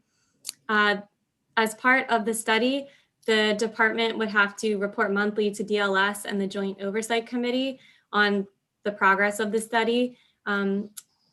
The department would also have to, as necessary or appropriate, consult with its federal partners in evaluating these potential reforms, and consider a report or recommendation by this National Academy of Social Insurance Unemployment Insurance Task Force that's meeting this year, I believe. And then there would be an interim report due July 1 of this year and a final report due December 1 of this year. And the reports, interim and final, would be submitted to the governor, Senate Finance, ECM, and the Joint Oversight Committee. It's an emergency bill. So this received favorable with amendment in UI subcommittee. Is there a motion on the amendments? Move favorable. Second. All right. All in favor of the amendments signify by saying aye. Aye. Aye. Any opposition?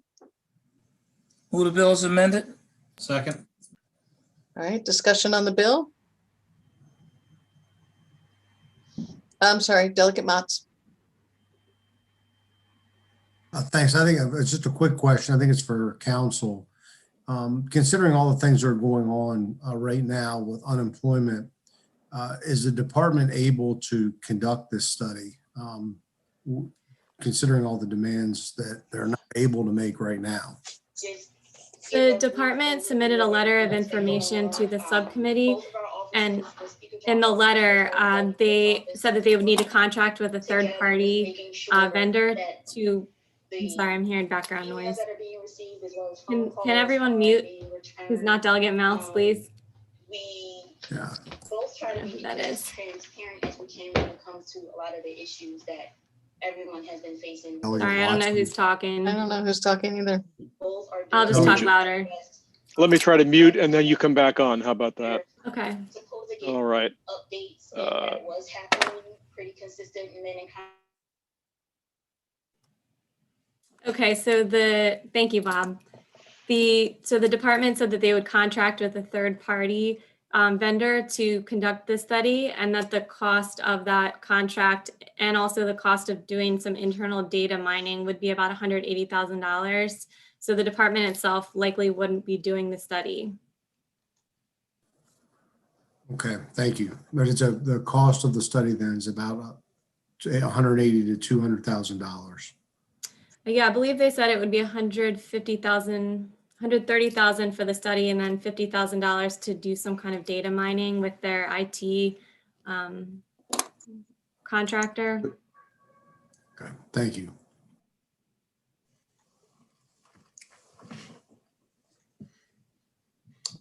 Delegate Impalaria. Yeah. Looks like he has a question. Yes, and Delegate Mounts, my feeling was that the study was too broad. It should have been stuck and kept with our problems we had going on for a quicker result. And that's why I'll be voting against the bill. I don't think the study's bad. I just think it's too broad for what we're dealing with at this time. Okay. Mr. Chair, I think that, sorry, Delegate Fisher has a question. Sorry about that. Is there okay. any study, and I know that this has been amended a lot, so I apologize for not speed reading through it, but is there anything in the study that deals with the enormous amount of claims that have come through that are fraudulent, to study that as well? Yeah. Yes, the amended study actually does look at fraud. That I neglected to mention that was something that Delegate Impalaria specifically requested in subcommittee. Okay. Because obviously my office gets these kinds of emails all the time where people are making claims in other people's names. So, okay, thanks. Yeah, the language says that the study would have to look at the existing penalties for fraud and the need for enhancing or altering those penalties. Delegate Mounts. I'm sorry, Chairman. I act like 11-year-old in virtual learning. I got to take my hand down. Sorry. No problem. Just didn't want to miss anybody. Is there anyone else? All right. What bill? I'm sorry. What bill was that? House Bill 907. It's been moved and 907. seconded or favorable with amendment. Okay. All in favor signify by aye. We actually did the amendments. So we're on the bill as amended. Correct. Madam Vice Chair, Yes. Delegate Brooks, Hope he's back. Yes. Delegate Fisher, No. Delegate Queen, Yes. Delegate Turner, Yes. Delegate Rogers, Yes. Delegate Carey, Yes. Delegate Jackson, Yes. Delegate Pippy, No. Delegate Mounts, No. Delegate Wilson, Yes. Delegate Impalaria, No. Delegate Branch, Delegate Branch, Aye. Delegate Valderrama, Aye. Delegate Walker, Yes. Delegate Chi, Yes. Delegate Adams, Yes. Delegate Aaron's is excused, Delegate Fennell, Yes. Delegate Charkoudian, Yes. Delegate Howard, Thought I was going to be the only one, but Adams beat me to it. Yes. Delegate Crosby, Yes. and Delegate Watson. Yes. Motion carries.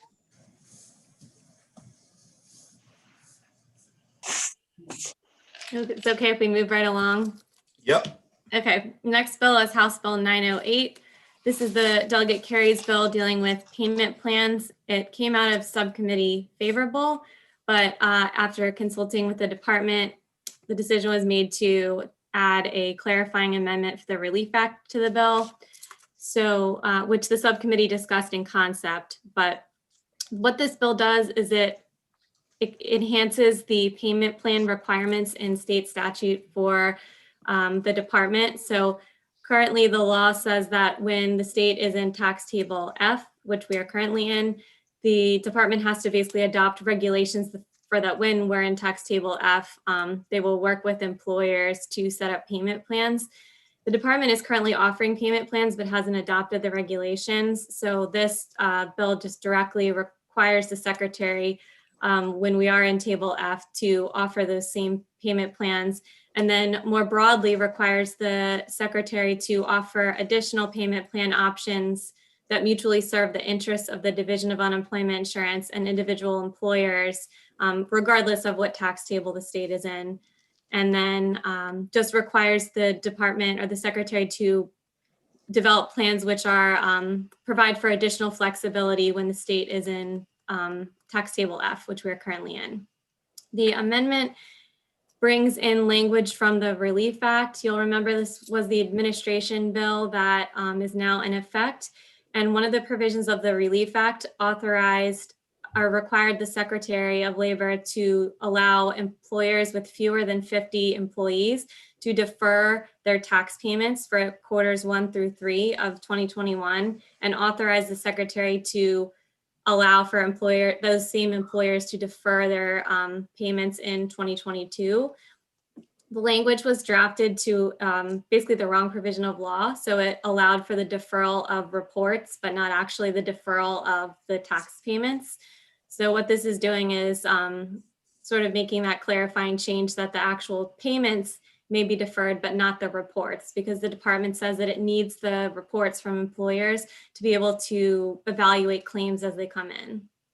So it came out clean from subcommittee, but there's this additional sort of clarifying amendment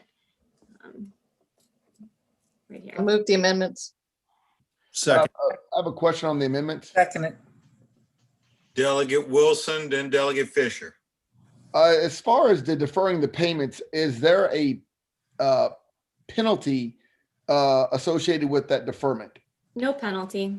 No penalty, no extra interest or It's anything? an election that an employer that qualifies could make to defer. Right, but I just want to make sure there's no penalty. Thank you. Plenty of employers, not plenty, but there's a fair number of employers that may elect not to defer. Correct. Thank you. Delegate Fisher. Sure, thank you. So obviously the bill is allowing you to defer, but there are none of the federal monies can be used to backfill this program so that you don't have to pay back as a small business. Oh, fuck you, man. Quarterly payments, because it just seems like, government shut you down. All these people were put on the unemployment rolls. And I know this bill helps, of course, but it's still saying you have to pay it. And it wasn't your fault that these individuals were unemployed. I guess just to clarify, so the department, if you were to look on its website right now, they have a summary of the Relief Act. They are currently allowing, they say that they're interpreting the Relief Act to allow for the deferral. So this is more just correcting the law so that it's clear. But in terms of the policy decision, the deferral is a choice that an employer could make. They would still be obligated to pay it back at the end. I heard. Thank you. Delegate Branch mute. Oh, he's good. Thank you. All right. Any additional questions on the amendments? Yeah, and I had the same feeling that Delegate Fisher just said, that many of these businesses didn't lay their people off. They were shut down by government and having to pay back for being shut down by government. I have a problem with, and I compared it that if I have 2 cooks and the police come and arrest them and take them away and they're put in jail, I don't have to pay unemployment for them. They were removed by government. I didn't lay them off for firing them. So that was my problem with the bill, and that's why I won't be supporting it. Just to clarify, there's a separate provision of the Relief Act, and we'll be getting to this a little bit later in two of the other bills that deals with the employer's experience rating. So there's two components in an employer's tax rate. There's the tax table that we're in, which is set in statute, and then their experience rating, which is determined based on how many people they've laid off during the look back period. And so the Relief Act provided for basically held harmless employers that had layoffs during the pandemic, and by waiving benefit charges or layoffs that occurred during a certain period of time. So the Relief Act did sort of speak to that. And then we'll continue the conversation with Delegate Weibel's bill. And then there's a component of Delegate Charkoudian's bill, but this bill doesn't speak specifically to the experience rating piece. This just deals with the table that we're in? Yes. All this bill does is it says that the department would have to offer more payment plans regardless of what tax table the state is in. And then it clarifies that provision of the administration bill that provides for an option to defer your payments this year and potentially next year, depending on what the secretary wants to do with that. Got it. Am I missing anybody that wanted to talk? I see two raised on my computer. Mr. Chairman. Delegate Carey. Thank you, Mr. Chairman. Yeah, I mean, what we were trying to do with the bill was to help businesses. This was trying to help them if, not only now, but in the future, if they encounter some, kind of downturn or whatnot. Again, I understand what Delegate Fisher and Impelleri have said, but again, we were just trying to ease the, to cushion the fall, if you will. So. Delegate Howard. Yeah, I appreciate the bill, and I'm not going to throw out the baby with the bathwater. I get it, but at the same time, this offers flexibility and more plans for employers. I plan on supporting the bill. Thank you. Anyone else? If not, Madam Vice Chair? Yes. Delegate Brooks?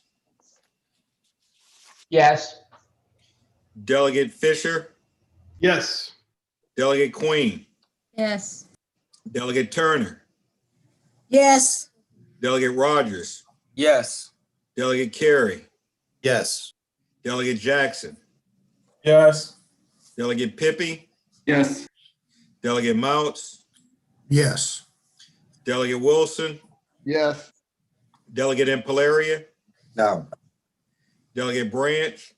Yes. Delegate Valderrama? Aye. Delegate Walker? Yes. Delegate Chi? Yes. Delegate Adams? Yes. Delegate Aarons is excused. Delegate Fennell? Yes. Delegate Charkoudian? Yes. Delegate Howard? Yes. Delegate Crosby? Yes. Delegate Watson? Yes. Motion carries. Mr. Chair, if we could skip over House Bill 1002 just for a minute to go to House Bill 1105. Delegate Charkoudian's bill has a number of components that the subcommittee sort of addressed in some of the other bills. So that's how we handled it in subcommittee, if that's okay. Fine. So House Bill 1105 is Delegate Weibel's bill that prohibits the Secretary of Labor from charging UI benefits against the earned rating record of an employing unit if through no fault of the employing unit, the claimant is unemployed due to an official order by the governor, a chief executive officer of a county, or basically another governing body of a county or municipality. This received a 3-1 unfavorable in subcommittee, in part because the Relief Act already addressed to an extent the desire to hold employers harmless for layoffs during the pandemic. So this would have just gone a step farther, but it did receive 3-1 unfavorable in subcommittee. Move unfavorable. Second. Delegate Howard? Isn't there also legislation in the Senate that speaks about this as well? Are you referring to Senator Hershey's bill about the tax tables? That's correct, yes. There is legislation in the Senate that would say that the state would be, I believe, in tax table C instead of F to kind of make it so that employers aren't feeling the effects of going from A to F. But this is a little bit different because remember we talked, there's two components to the tax rate. There's the tax table and the experience rating. Senator Hershey's bill speaks to the tax table component, whereas this bill speaks to the experience rating. Experience rating. Okay, thank you. Delegate Mouse? Yeah, I just, the comment was made that the last bill held the employers harmless by offering a deferment, but and that's not accurate. I mean, the employers are still paying that unemployment, and it's just deferment, and they are incurring enormous amount of unemployment liability because of the government or because of their good actions to try to protect the community. I guess this bill is still on the unfavorable, but adjusting the rating for insurance purposes for payments, that would be something that would definitely be in the positive to help employers. So just to clarify what I said, I wasn't saying that the employers aren't feeling the effects of, the pandemic in their tax rates. But what the Relief Act said is that employers' pre-pandemic experience would be used in calculating their experience rating if that would benefit them. So there may be some employers who have better claims experience during the pandemic. And in that case, the department would use that in calculating their experience rating. So it wasn't to say that the employers generally wouldn't feel the higher tax rates. It's just that in terms of their experience rating, the better look back period would be what the department uses in calculating the taxes. Okay, thank you. Delegate Wilson? Thank you, Laura. I just want to, counsel, my question is, so was the understanding of the committee that this bill was duplicative? Well, the analysis is kind of complicated as to how you would layer this on top of the Relief Act. We have the fiscal note. My colleague Steve Ross is here, and maybe he could speak a little bit more about it. But I believe the fiscal note was like $12.9 million for this bill, on top of what's provided for, the relief provided under the Relief Act. So I don't want to speak for the subcommittee, but the discussion was that the Relief Act had already provided a good sort of option for employers, in that the department's looking at when your claims experience was better. And so this would be taking it a step farther. It just sounds like that basically what the Relief Act does is that it would erase an individual who was, as Delegate Howard said, laying off people or firing people due to, social, being careful about spreading the pandemic, or because they were told to. Is that correct? Because I just don't know I don't know what I'm missing here. It sounds like we already have something in place due to the Relief Act, and this was duplicative. Can we hold? It's on the same topic, but this would have an additional. So what this bill is different because it's not specific to the pandemic. I guess maybe I didn't make that clear. So the Relief Act is specifically targeting a period of time that's affected by the state of emergency, and then for until the second July 1 after the state of emergency ends. Delegate Weibel's bill sets in law a permanent provision that says that if an employer is shut down due to, an issue by an executive order by the governor or county executive, that in that case, those layoffs would not be charged on the employer's account. So that's the reason why this has more of a cost, because it's not, in the immediate short term, this is ongoing. And I guess I understand that, but half the bills I've heard in this committee have been surrounded about not this pandemic, but just in case the next one comes up. We have things to do with aerosol, spreading of aerosol viruses and all that. So I didn't see how that would be prohibitive, knowing that, like our goal was, I thought, to prepare not only for, to deal with this one, but to prepare for the next one if indeed it happens. which is like half the bills here. So I understand what you're saying. And again, I'm not trying to get your opinion. Thank you for the facts. I just guess I don't understand why we wouldn't move forward with something in preparation for, a possible next time, because half our bills are about, preparing for the next pandemic. This is something that's included in the study bill, House Bill 907. The study will sort of look at alternative approaches to the experience rating process. So that was part of the subcommittee's discussion, was that making a more permanent change to our experience rating process. They wanted a little more information before making some permanent change. Can we hold, Mr. Chair? Sure. But I mean, there's like a motion on the bill. Well, the motion was, yeah. Let's hold that. Let's hold it. Thank have you, we Mr. done all the? How No. many more of them? No. we have? Three more, 4 more. Did you say 4 more? Yes, sir. 1138, 1139, 1143, and 1002. All righty. So let's see. We can go to House Bill 1138. I'll pull up the reprint if you'll just bear with me.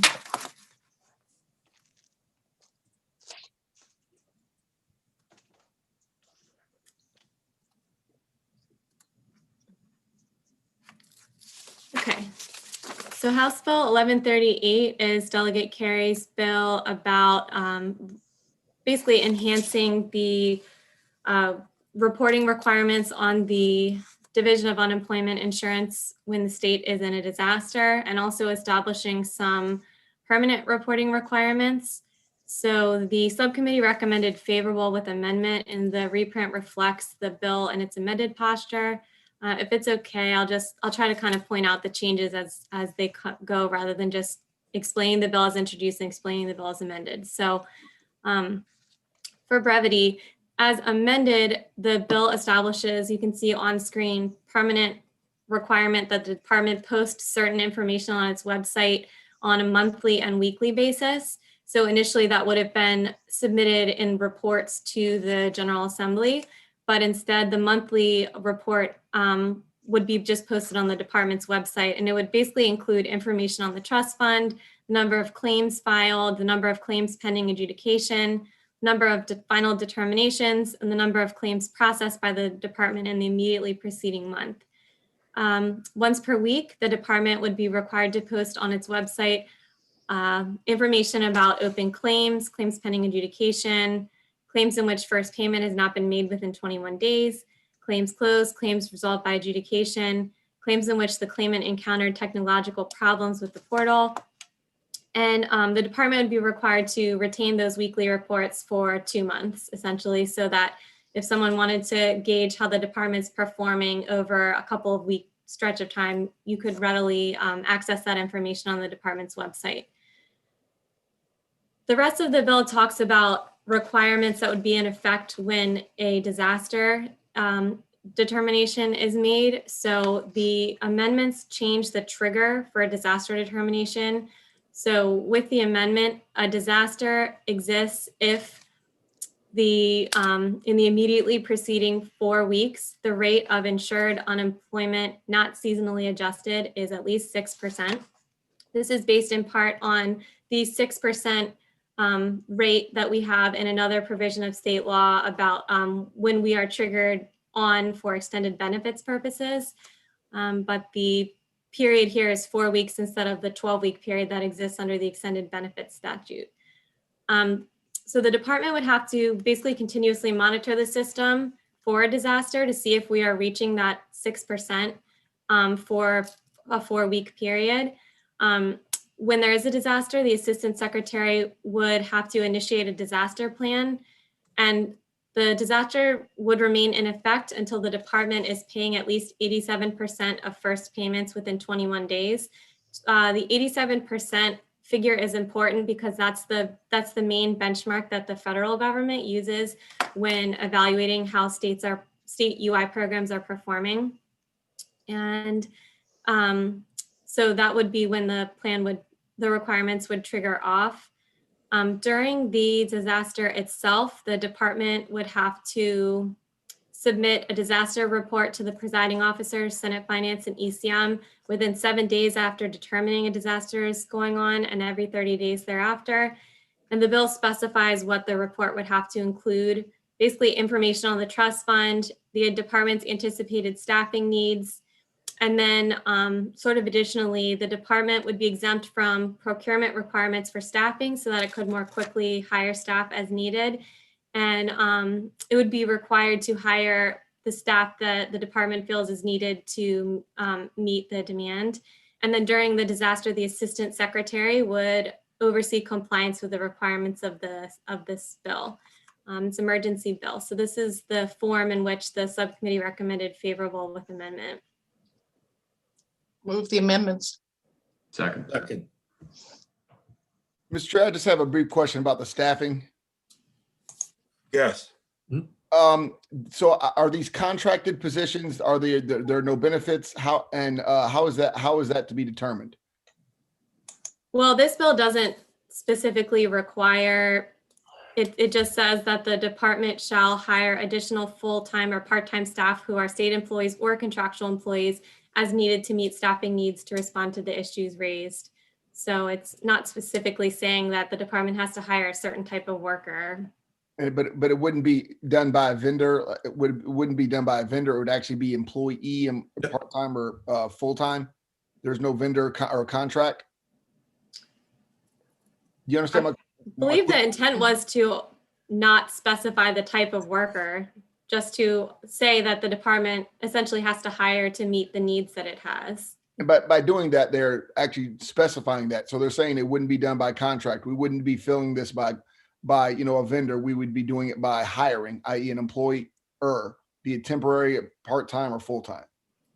Well, it says contractual employees. So is that not covering what you're talking about? No, I meant through a third party, a vendor. We would task out, a business to take over a portion of these responsibilities. So that's not the intent. Okay.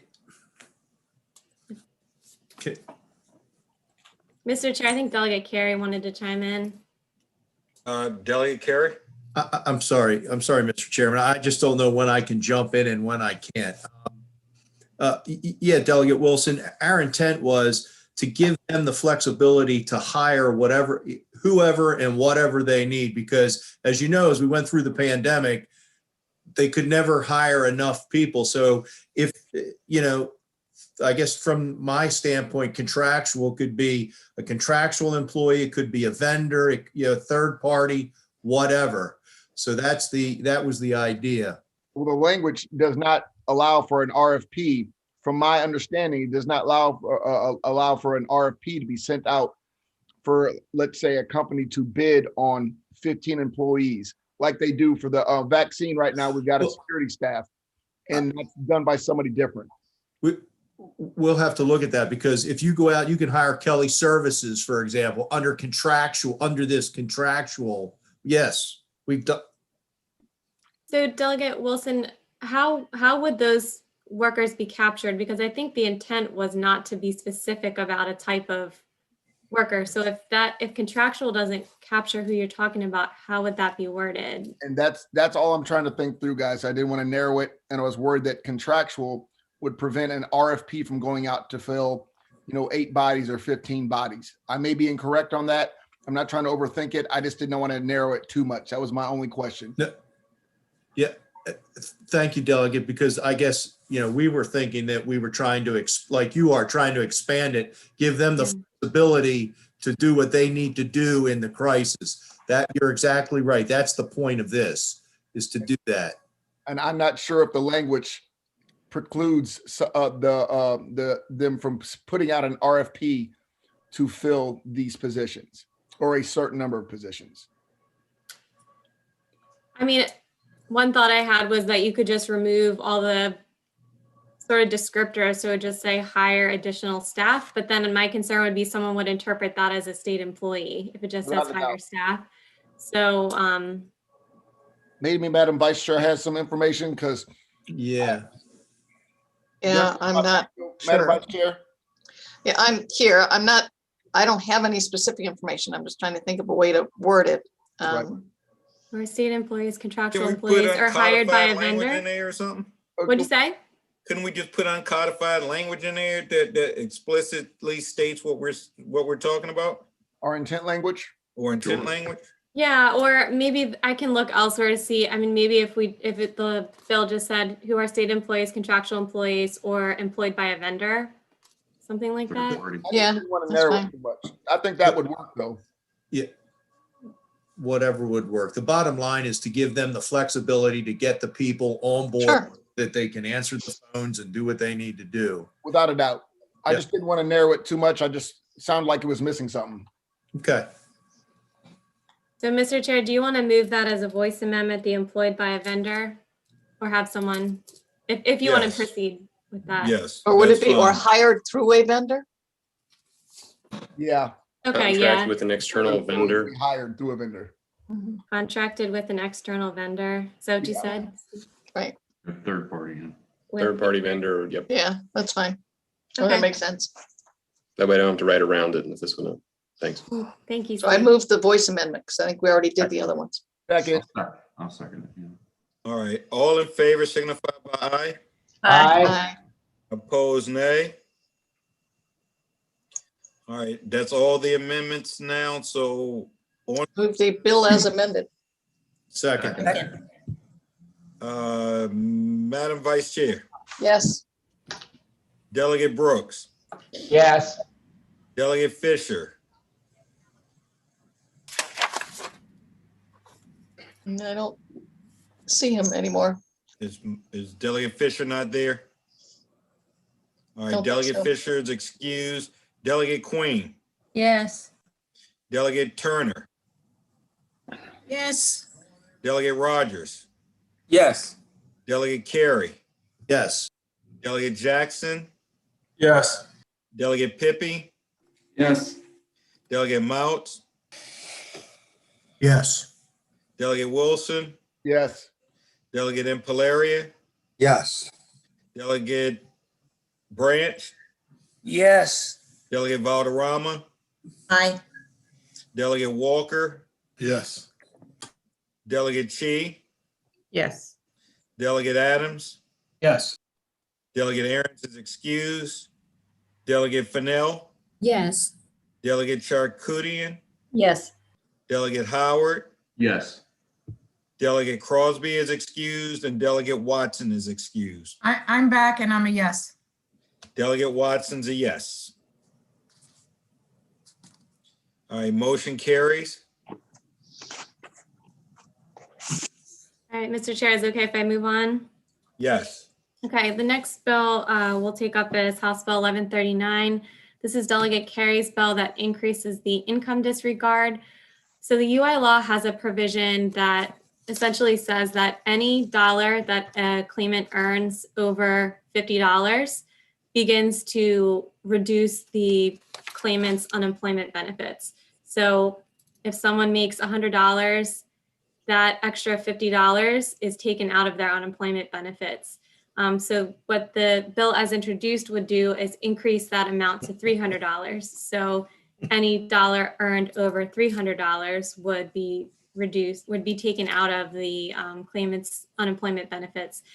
Delegate Carey has offered an amendment that would instead increase that amount to $200. So it actually this bill came out of subcommittee clean. But he's offered an amendment for discussion purposes that would raise it from $50 to $200. And this is during the crisis only. Yes, thank you, Madam Vice. Yeah, that's right.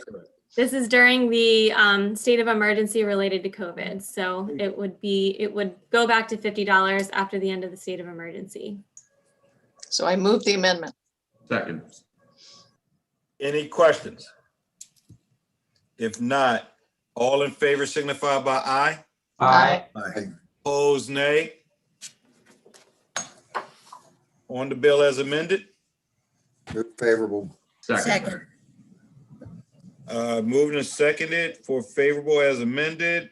Madam Vice Chair, Yes. Delegate Watson, Yes. Delegate Crosby is excused. Delegate Howard, Yes. Delegate Charkoudian, Yes. Delegate Fennell, Yes. Yes. Delegate Aaron's is excused. Delegate Adams? No. Delegate Chi? Yes. Delegate Walker? Yes. Delegate Valderrama? Aye. Delegate Branch? Yes. Delegate Impalaria? No. Delegate Wilson? Yes. Delegate Mount? Yes. Delegate Pippi? No. Delegate Jackson? Yes. Delegate Carey? Yes. Delegate Rogers? Yes. Delegate Turner? Yes. Delegate Queen? Yes. Delegate Fisher?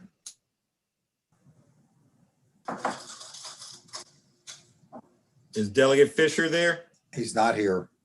Delegate Fisher is excused. Delegate Brooks? Yes. Motion carries. Okay, Mr. Chair, if we can move on to House Bill 1143, we're getting to the home stretch. Right. House Bill 1143 is Delegate Carey's bill that relates to the work sharing program. The work sharing program is a program that's already in existence in the state, that it's essentially a layoff aversion program. So it's designed to allow an employer to reduce an employee's proportion of work hours while still remaining on payroll. So the worker gets the paycheck and then a proportionate share of unemployment benefits. Currently, those benefits are 100% federally funded. So it's actually a great program for the state that the proportion of unemployment benefits is not being taken out of our trust fund. So Delegate Wilson has a question.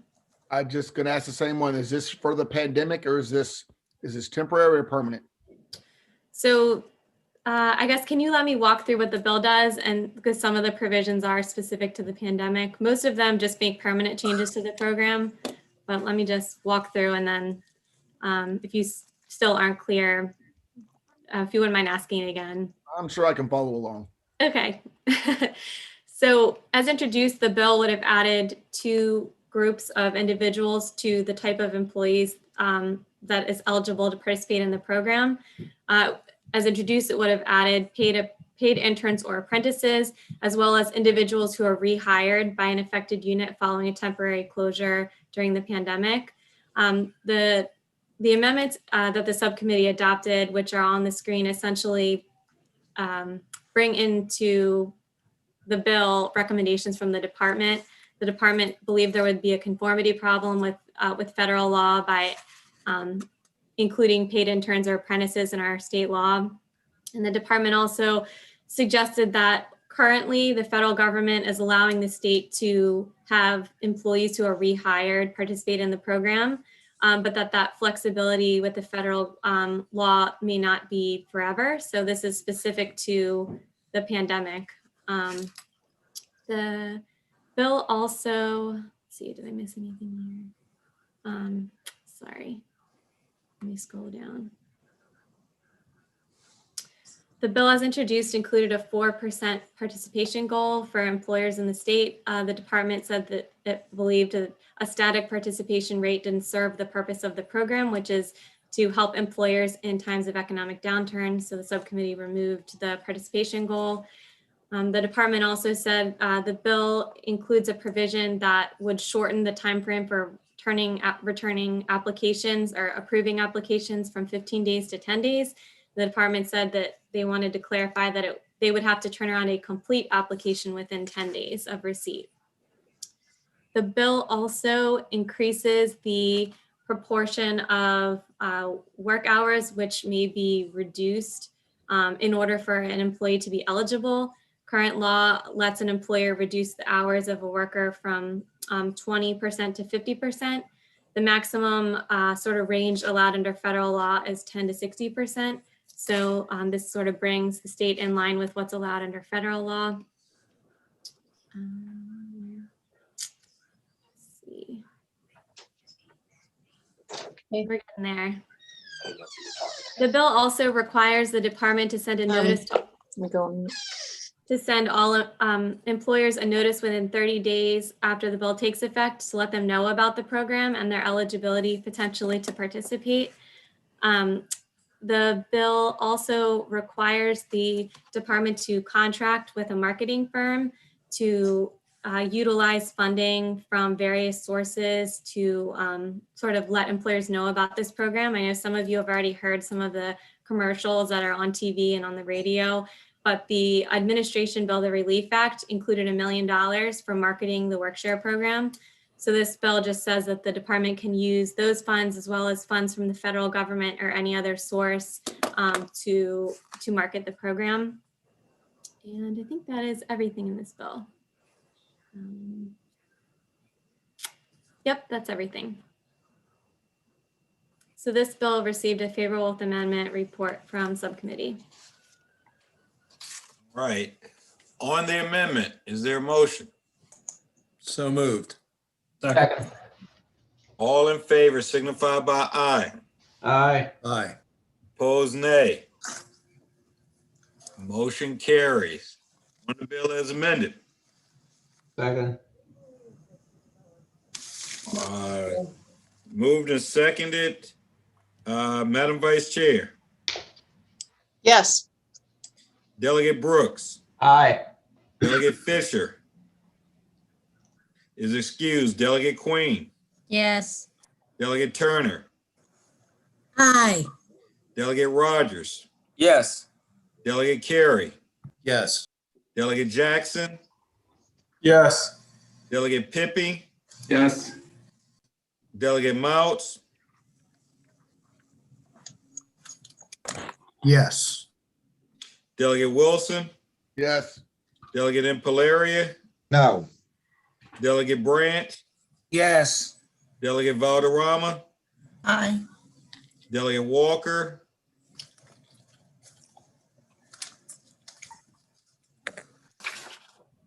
Delegate Walker. Looks like he may have stepped away, Mr. Chair. All right, Delegate Walker is excused. Delegate Chi, Yes. Delegate Adams, Yes. Delegate Aaron's is excused. Delegate Fennell, Yes. Delegate Charkoudian, Yes. Delegate Howard, Yes. Delegate Crosby is excused. Delegate Watson, Yes. motion carries. Okay, we're on the last one. So this is Delegate Charkoudian's bill that, as introduced, has had 5 components. The reprint reflects some of the subcommittee's actions on the bill, but just as a quick overview, as introduced, the bill would have required the department to take specified actions in administering the state UI program. These are, in subcommittee, we kind of referred to them as the customer service requirements for the department. The bill also required the secretary to waive COVID-19 related benefit charges, similar to, but different from what was proposed in Delegate Weibel's bill. The bill also increased the income disregard permanently from $50 to $300, established a process under which claimants may have their information shared with the Maryland Health Benefit Exchange for purposes of securing health insurance, and required the department, in collaboration with OAG and the Joint Oversight Committee, to conduct a related study. So as amended by the subcommittee, the bill has 2 main components. It has the some of the customer service type reforms and the link to the Maryland Health Benefit Exchange. I guess we can just walk through the reprint point by point. Honestly not sure how to go about this, because in some cases the subcommittee made recommendations, and others it was a 3-3 deadlock. Well, your color coding was helpful. Okay, so let's go to the sort of the customer service reforms in the bill. So what you see that is not color coded means the subcommittee recommended that it remain in the bill as you see it.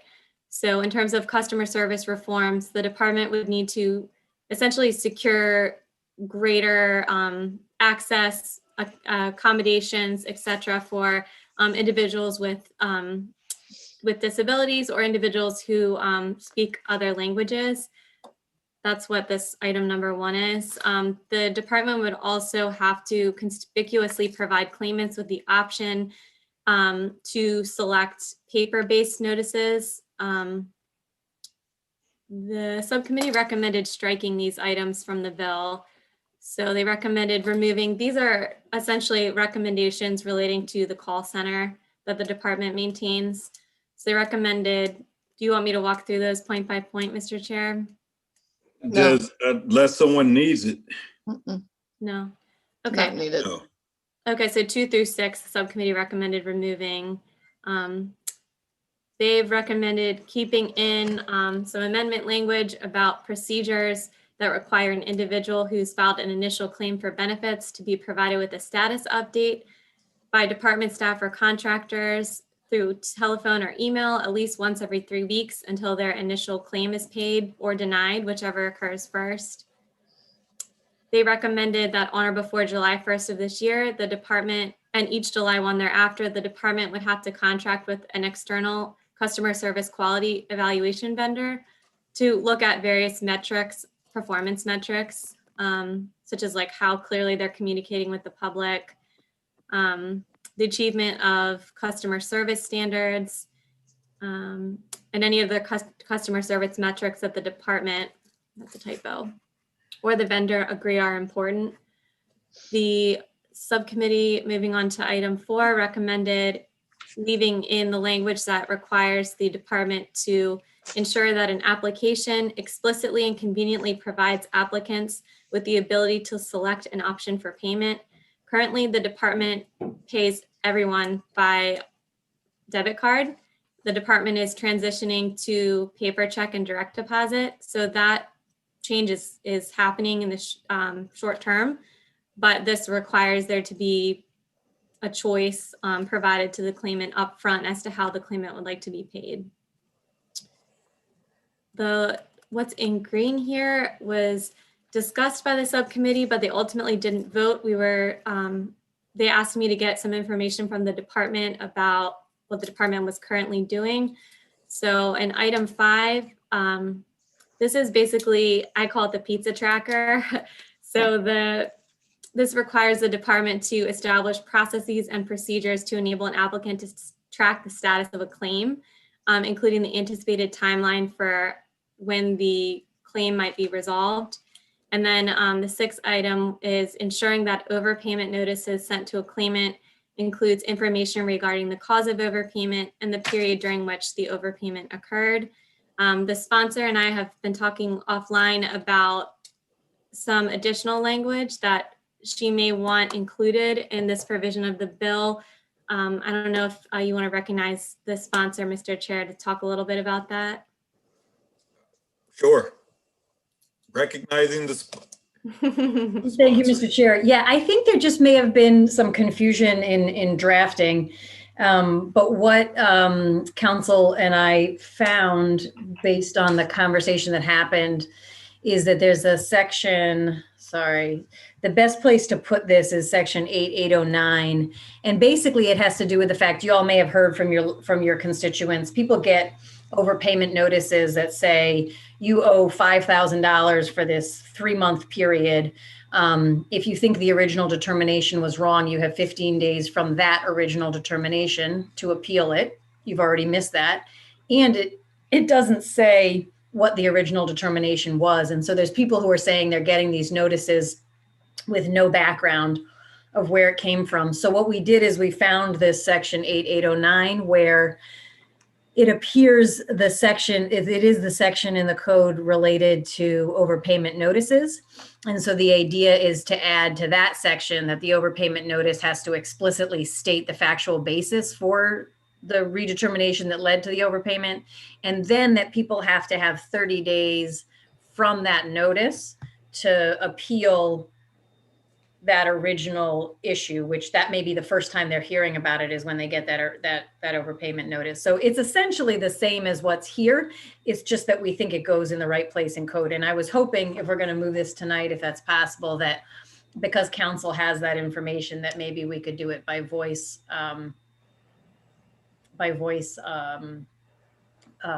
amendment. How's that notice given? Well, right now it's given by mail. People receive it in the mail. I think it's mail. People have been scanning it and sending it to me, so I can see the document. But well, we all know where the state of the mail right now. Yeah, that's going well too. Yeah, I don't think that our statute doesn't actually say, it just says if the secretary decides to claim, the secretary shall notify the claimant of the amount to be recovered. This is what's currently in statute. So it just says shall notify. So statute doesn't say how that notice happens, but I'm open to, if you wanted to add a particular way for it to happen, I'm open to adding that. But I was just trying to say that it needs to be thorough so people know if they can appeal it, like based on what. Right. I think that the department has moved to mostly electronic notices through the Beacon portal, but I don't know for sure whether, I remember there was a bill a couple years ago that made a number of changes to the UI statute for electronic notices, but I can't say for sure in this case that it's only electronic through the portal. Well, we did earlier in this bill just indicate that everybody gets to elect how they want to be notified of things. Yeah. So I would imagine that would apply here as well. I think that's right. If they elected mail, it's going to be mail. If they elected electronically, it's going to be electronic thing. Okay. Well, I think that was for payment, wasn't it? That was for payment, yeah. So, This is the election is the ability to select an option for payment. For payment. Deposit, I thought there was something on notice too, but okay, I'm sorry. Go ahead. The bill earlier on requires, let me find it here. Yeah, it's the conspicuously provide claimants with the option to select whether they want paper-based notices. I see. So what do we need to do? I mean, we put in some sort of language to address that? I would imagine so. Yeah, so if you would like to, if you're comfortable with doing a voice amendment to section 8809 that requires the department to provide the reason for the overpayment and then says that the claimant would have 30 days from when the claimant receives the overpayment notice to try to find, basically appeal or find out the basis for the overpayment. I would move the amendment. That amendment. Second. Second. All right, on that one, all in favor signify by aye. Aye. Opposed, nay. All right. Delegate in Polaria? Yeah, and on that, the department said a lot of this stuff, problem with this was it was already in process, already being done. So, like I explained, I just received a campaign contribution that was mailed December 30th. And they said, yes, we realize that. So if you pick up the phone and call us and say, I just received this notification that I owe this money, the clock for them right now starts ticking when you pick up the phone and call them because they realize the mail's all screwed up. So they're already actively doing what we're requesting. Actually, they're doing more than we're requesting. So the department is on top of this and realize the problem exists. Delegate Charkoudian. Thanks. I'm happy to share with you, Delegate Polaria, anyone else copies of these forms that don't say anywhere what the cause was, if folks want to see them, if you haven't had a chance. But I think we've adopted that. My suggestion is that what we just adopted replaces 6, but my request would be that we keep 5 in because I think 5 sort of stands on its own. Right. I would move that. Keep 5 and get rid of 6. All right. Any discussion on that? If not, all in favor signify by aye. Aye. Opposed, nay. The subcommittee recommended taking out what you see in item 12, which would have required the department to establish a plan to fill open positions within the division and immediately fill all positions. Instead, there is uncodified language in the bill that is in section 2 here on the screen. On or before June 1st of this year, the department would have to submit to the General Assembly a detailed, comprehensive, and funded plan to ensure that call center staffing is adequate to allow an individual to reach a departmental employee or contractor to ask questions. So the subcommittee recommended leaving in section 2, I believe. Yeah. So going back up, subcommittee recommended leaving in this requirement 7 that establish and maintain a plan for ongoing investment in technology. And then what's highlighted here, the subcommittee, I believe it was 3-3 on this. So this is the the REACH standards, as Delegate Carey calls them. So currently it's my understanding that the federal performance benchmark is 87% of claims, like first payment is issued within 21 days. And then I think it's 80% for claims that have issues. So this section here would instead require that it would, I guess, in addition, require the department to establish standards for processing claims in which 92% of claims are completed within 21 days. And 97% of claims that require adjudication would be resolved within 8 weeks after receipt of the initial application. Looks like we have some questions. Delegate Charcuti and then Delegate Impalaria. Thank you, Mr. Chair. I just wanted to follow up. I did take a look at the data from the Department of Labor website for the last several years. And we just picked a 6-month period in 2019, and 36 states, including Maryland, had a claims completion rate of 92% or above. So it's very doable. And I think to Delegate Carey's comments during the subcommittee, and I would agree that I think having a standard that's higher and the REACH goal is good. I think we would expect that probably during a pandemic one wouldn't reach it, but this is, we're making changes for the non-pandemic periods as well. And so I think, the vast majority of states did better than this in a normal kind of time period. The only thing I would just add is the department submitted information to the subcommittee on each of the bills, and they said that prior to the pandemic for calendar year 19, Maryland had 91.7% and 85.4% respectively. So it may be different information that they provided us versus what Delegate Charcuti found in looking at the other states, but it could be, I'm sure that amount varies from year to year.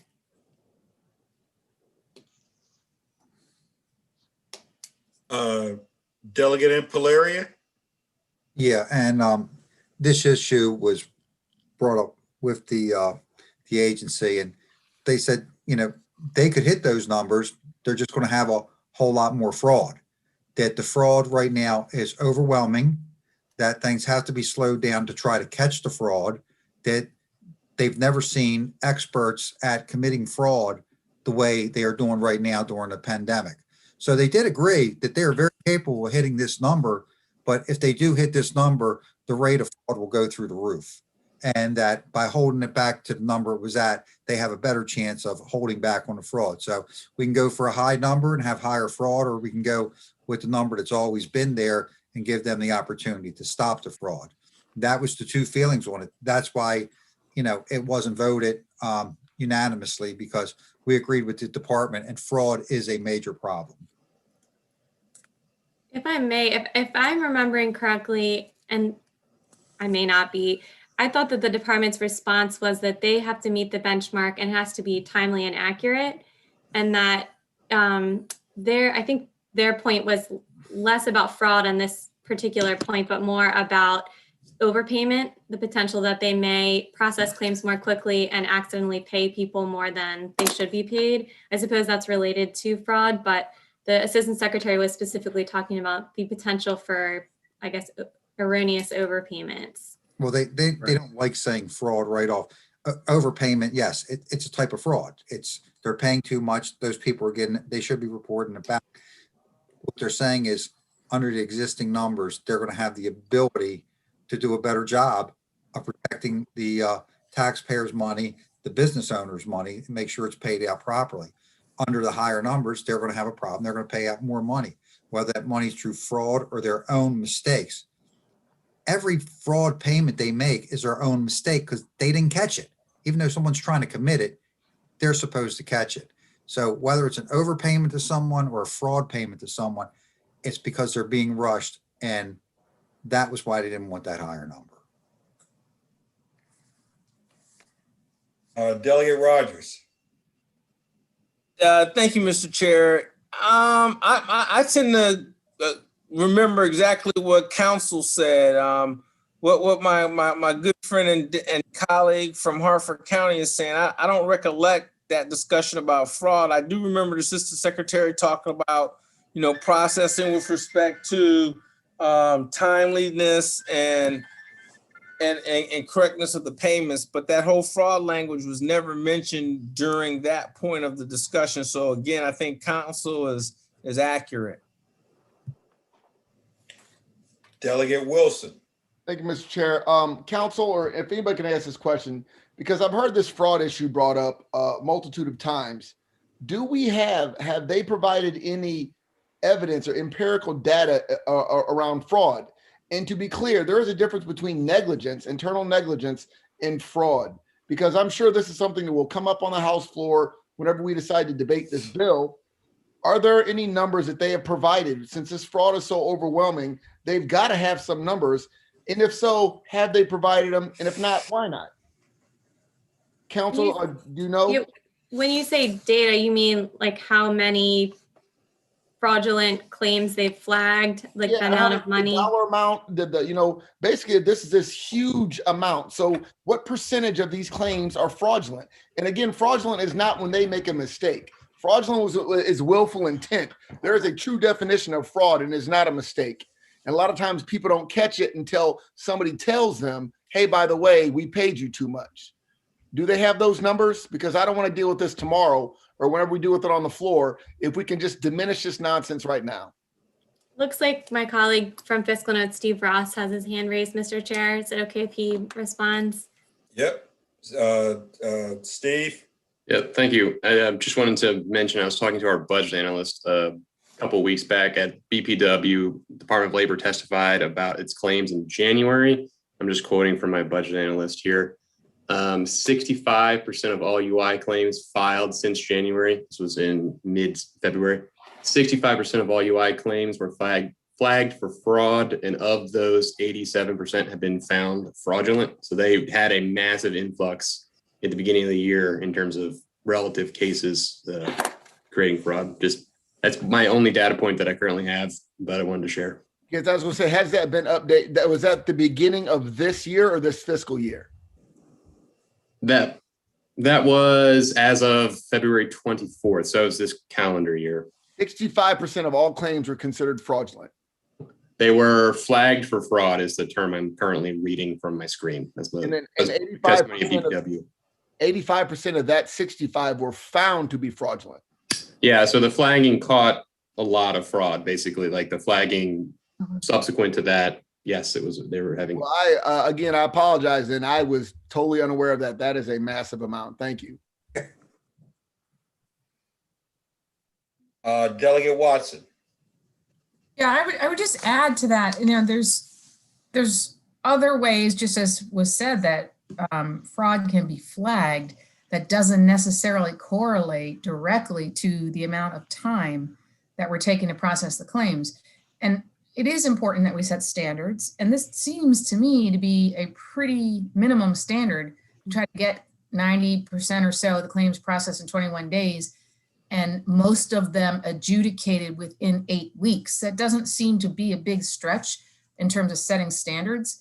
If you don't like those numbers, maybe we can lower them or something somewhat, but I think that just saying fraud, we can't set any standards isn't really going to be helpful to our constituents. Yeah, I don't think anybody's saying fraud, let's not set any standards. I think what we're trying to balance here is our protection, our constitutional duty to protect the Treasury, as well as protect our constituents. If I can't, Delegate Howard, I think you're wrong. I think Delegate Watson is right. I think it's our duty to make sure as many people get paid as quickly as possible, regardless of who they are. So I think we should stay with this amendment. We should pass it instead of what the committee originally thought to reject it. I think paying as many people as possible is the most important thing we can do, and have high numbers on getting money out, regardless of where it goes. I'm done. I'm not sure which hands I see are still residual. So if you don't have a question, but your hand's up, can you pull it down?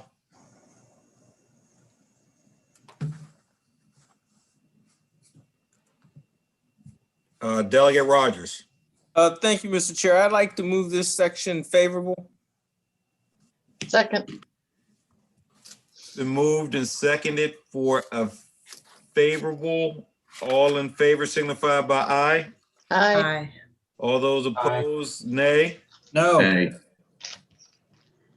Roll call, Motion Mr. Chair. carries. Okay, next. Okay. Item 9 on the screen is the requirement that the department establish a single point of contact within the department to oversee and prioritize the resolution of claims that have not been completed within 8 weeks. There was no agreement. It was I believe 3-3 on that. What? Yeah. Why don't you do 9 and 10 together and then we'll decide. Okay, and then 10 was to track the percentage of laid off workers who file for unemployment insurance benefits, establish a goal for recipiency rate, publish quarterly on the department's website the percentage of laid off workers who filed for benefits and the recipiency rate. And I would move those to 9 and 10. Second. All in favor signify by aye. Aye. Aye. All those opposed say nay.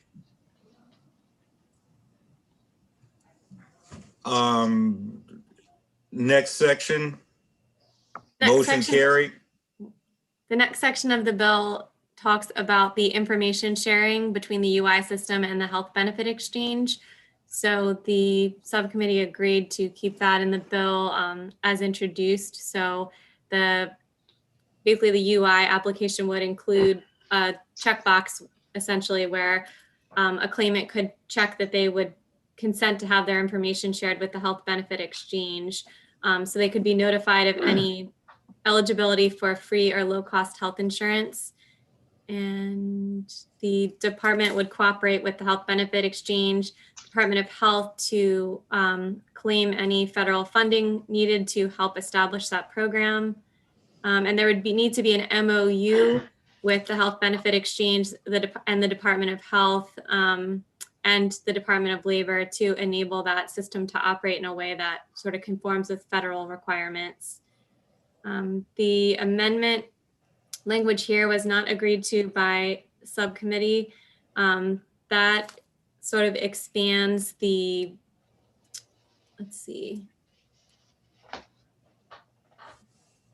It expands the requirements for the department, the health benefit exchange, and the Department of Health in order to facilitate that information sharing. And then relatedly, this is the first part of the bill that we skipped past. The subcommittee did not agree on this part as well, which requires the establishment of a special enrollment period for individuals who consent to have their information shared and want to find health insurance on the individual market. So this makes that possible. So there'd be a limited period in which the person could try to find health coverage on the health benefit exchange. So I would move the amendment that was on page 4 of 7 that talks about facilitating the cooperation between the two departments, and then the addition that is on the screen now in the insurance article regarding a special open something enrollment period. It's the word I was looking for. So I moved those two pieces. Second. All in favor signify by aye. Aye. Aye. All those opposed say nay. Motion carried. We are almost done. Yep. So then the subcommittee, well, there's a report requirement. So the Yeah, we department left that in. would be required to report to the Joint Oversight Committee on or before December 1st of each year, just about sort of the implementation of those customer service requirements. And then the subcommittee recommended here removing the waiver of benefit charge provision of the bill. That's similar in concept to what we discussed for Delegate Weibel's bill, but this would have been specific to the COVID-19 pandemic. And let's see, this right here, lines 1 through 11, that's the income disregard that the subcommittee, or now the full committee, discussed for Delegate Carey's House Bill 1139, where you all just voted to increase it from $50 to $200 during the state of emergency. This would have been a permanent $300. So I recommended for consistency taking that out. And then this, starting in line 12, is the study that had been a part of Delegate Charkoudian's bill. The components of the study were struck from this bill and amended into House Bill 907. So the subcommittee recommended taking that out. And then the last thing here, Section 3 of the bill requires the department to identify any changes in federal regulations or guidance that would expand access to benefits or reduce bureaucratic hurdles for the prompt payment of benefits. And then on or before July 1st of this year, the department would have to revise any of its kind of internal policies to effectuate those changes. And then I move the remaining amendments by the subcommittee that we have not voted on. Second. All in favor signify by aye. Aye. Aye. All those opposed say nay. No. Move the bill as amended. There a second? Second. Moved and seconded for favorable as amended. Madam Vice Chair, Yes. Delegate Brooks, Yes.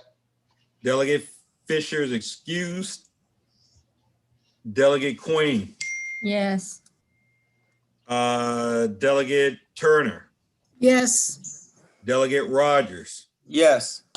Delegate Carey, Yes. Delegate Jackson, Yes. Delegate Pippy, No. Delegate Mounts, No. Delegate Wilson, Yes. Delegate Impalaria, No. Delegate Branch, Aye. Delegate Valderrama, Aye. Delegate Walker, Yes. Delegate Chi, Yes. Delegate Adams, Negative.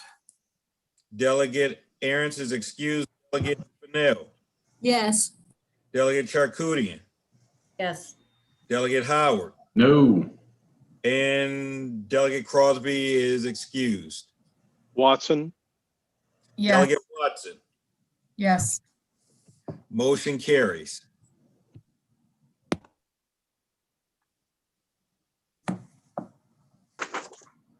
Okay, you want to do 4 more?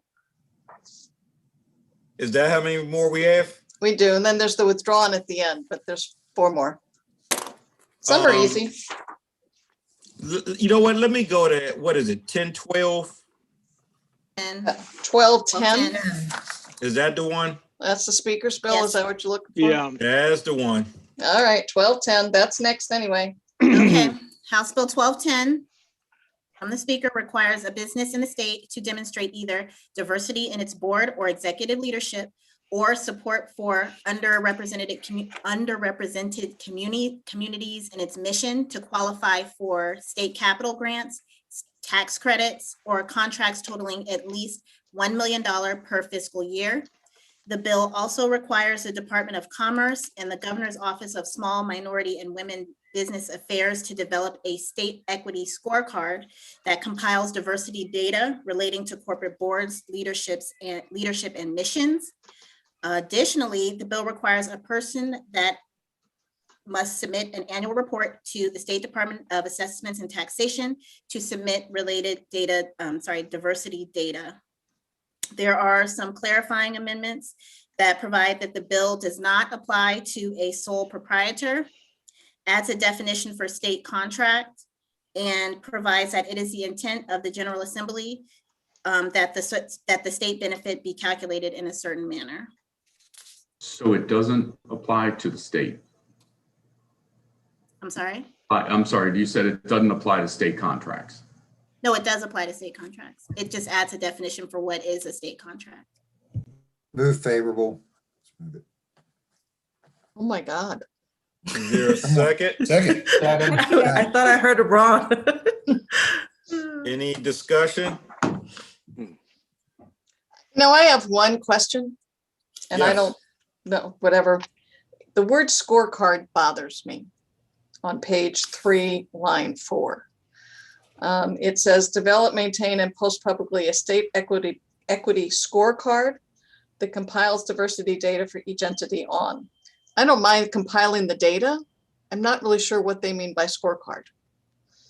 Or what there's, you know, do you get A, B, or C because you have more people on the board than not?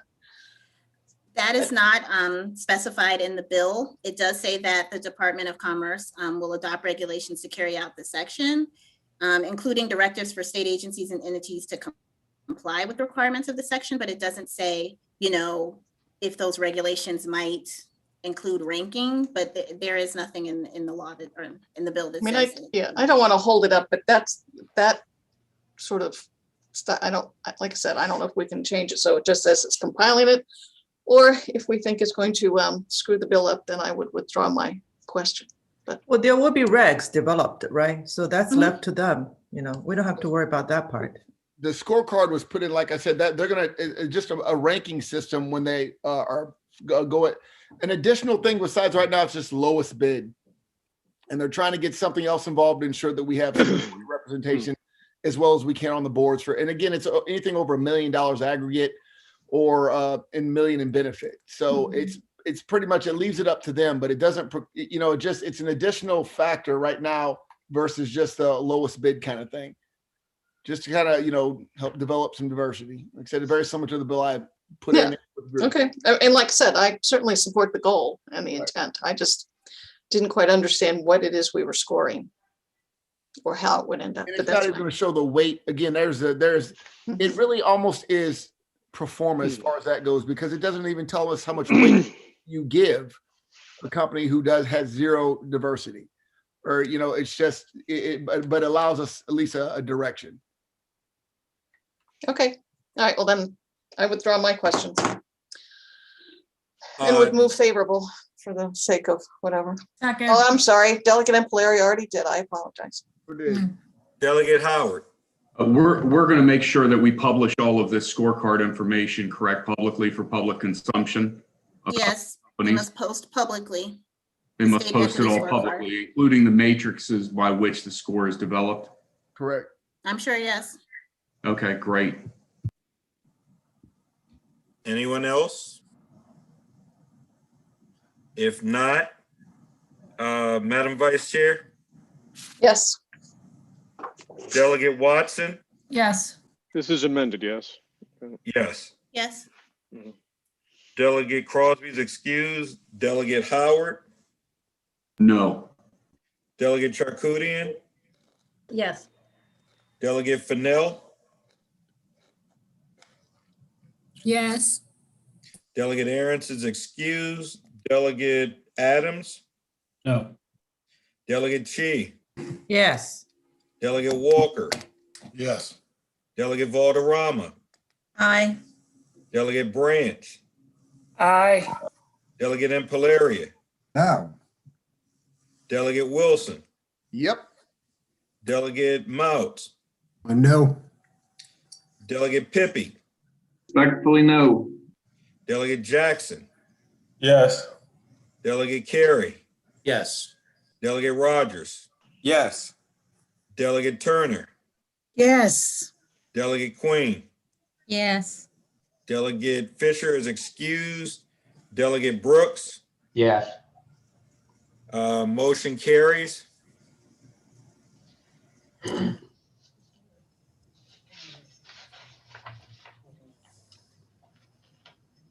What do we have up next? 1231, Delegate Brooks. Well, it's his bill, but Yeah, I think it's Bob's. it Bob? is. This is the bill that would try to give Public Service Commission jurisdiction over polls so that utility companies could force consolidation or removal of damaged, obsolete, or excessive telecom lines, which are currently under the Federal Communications Act, handled differently, and impose fines for failure to clear them out. Motion for an unfavorable? Unless Della Brooks has a different idea. Second. Yeah. No, if I may, you know, May I speak, Mr. Chair? Yes. Okay, yeah. Yeah. Primarily, what the bill does is to try to influence the utility company, well, the pole owners to do something about some of the hanging lines and whatnot. And a problem that we run into oftentimes is that the PSC controls the electricity, but the FCC controls the communication lines, you know, and that's where we get into the problem. They have to allow the communication company to put their lines there, but even though the pole owner, which oftentimes is the BGE, or for the most part, they cannot go and remove or correct their line. So this bill was to get, it wasn't punitive in a sense, but to get the pole owners to address these concerns, even though it may not necessarily be their line. So that's the impetus behind the bill, you know. So, all right, Madam Vice Chair, I'll go back to your your motion. Well, hopefully you scared them enough, they'll keep talking. Okay, hopefully. Yeah. All right. Is there any further discussion? If not, on the unfavorable, Madam Vice Chair. Yes. Delegate Watson is excused. Delegate Crosby is excused. Delegate Howard. I own the unfavorable. Delegate Charkoudian. Yes. Delegate Fennell. Yes. Delegate Aarons. Excused. Delegate Adams. Aye on the unfavorable. Delegate Chi. Yes. Delegate Walker. Yes. Delegate Valderrama. Aye. Delegate Branch. Aye. Delegate Impalaria. Aye. Delegate Wilson. Aye. Delegate Mouts. Aye. Delegate Pippy. Yes on the unfavorable. Delegate Jackson. Yes. Delegate Carey. Yes. Delegate Rogers. Yes. Delegate Turner. Yes. Delegate Queen. Yes. Delegate Fisher is excused. Delegate Brooks. No. Motion carries.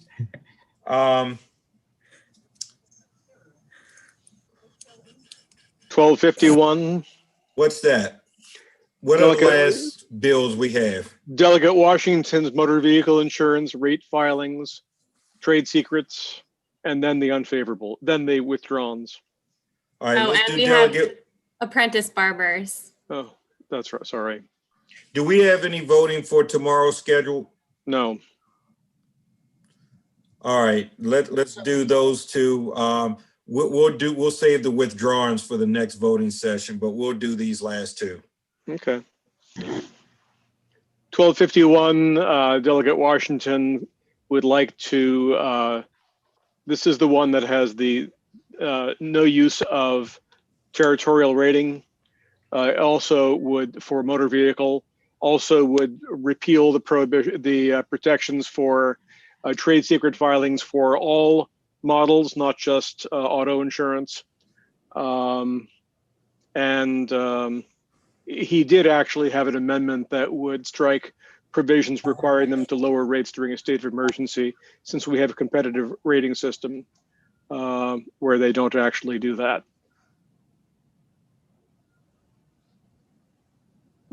Move unfavorable. Second. Moved and seconded for an unfavorable. Madam Vice Chair. Yes.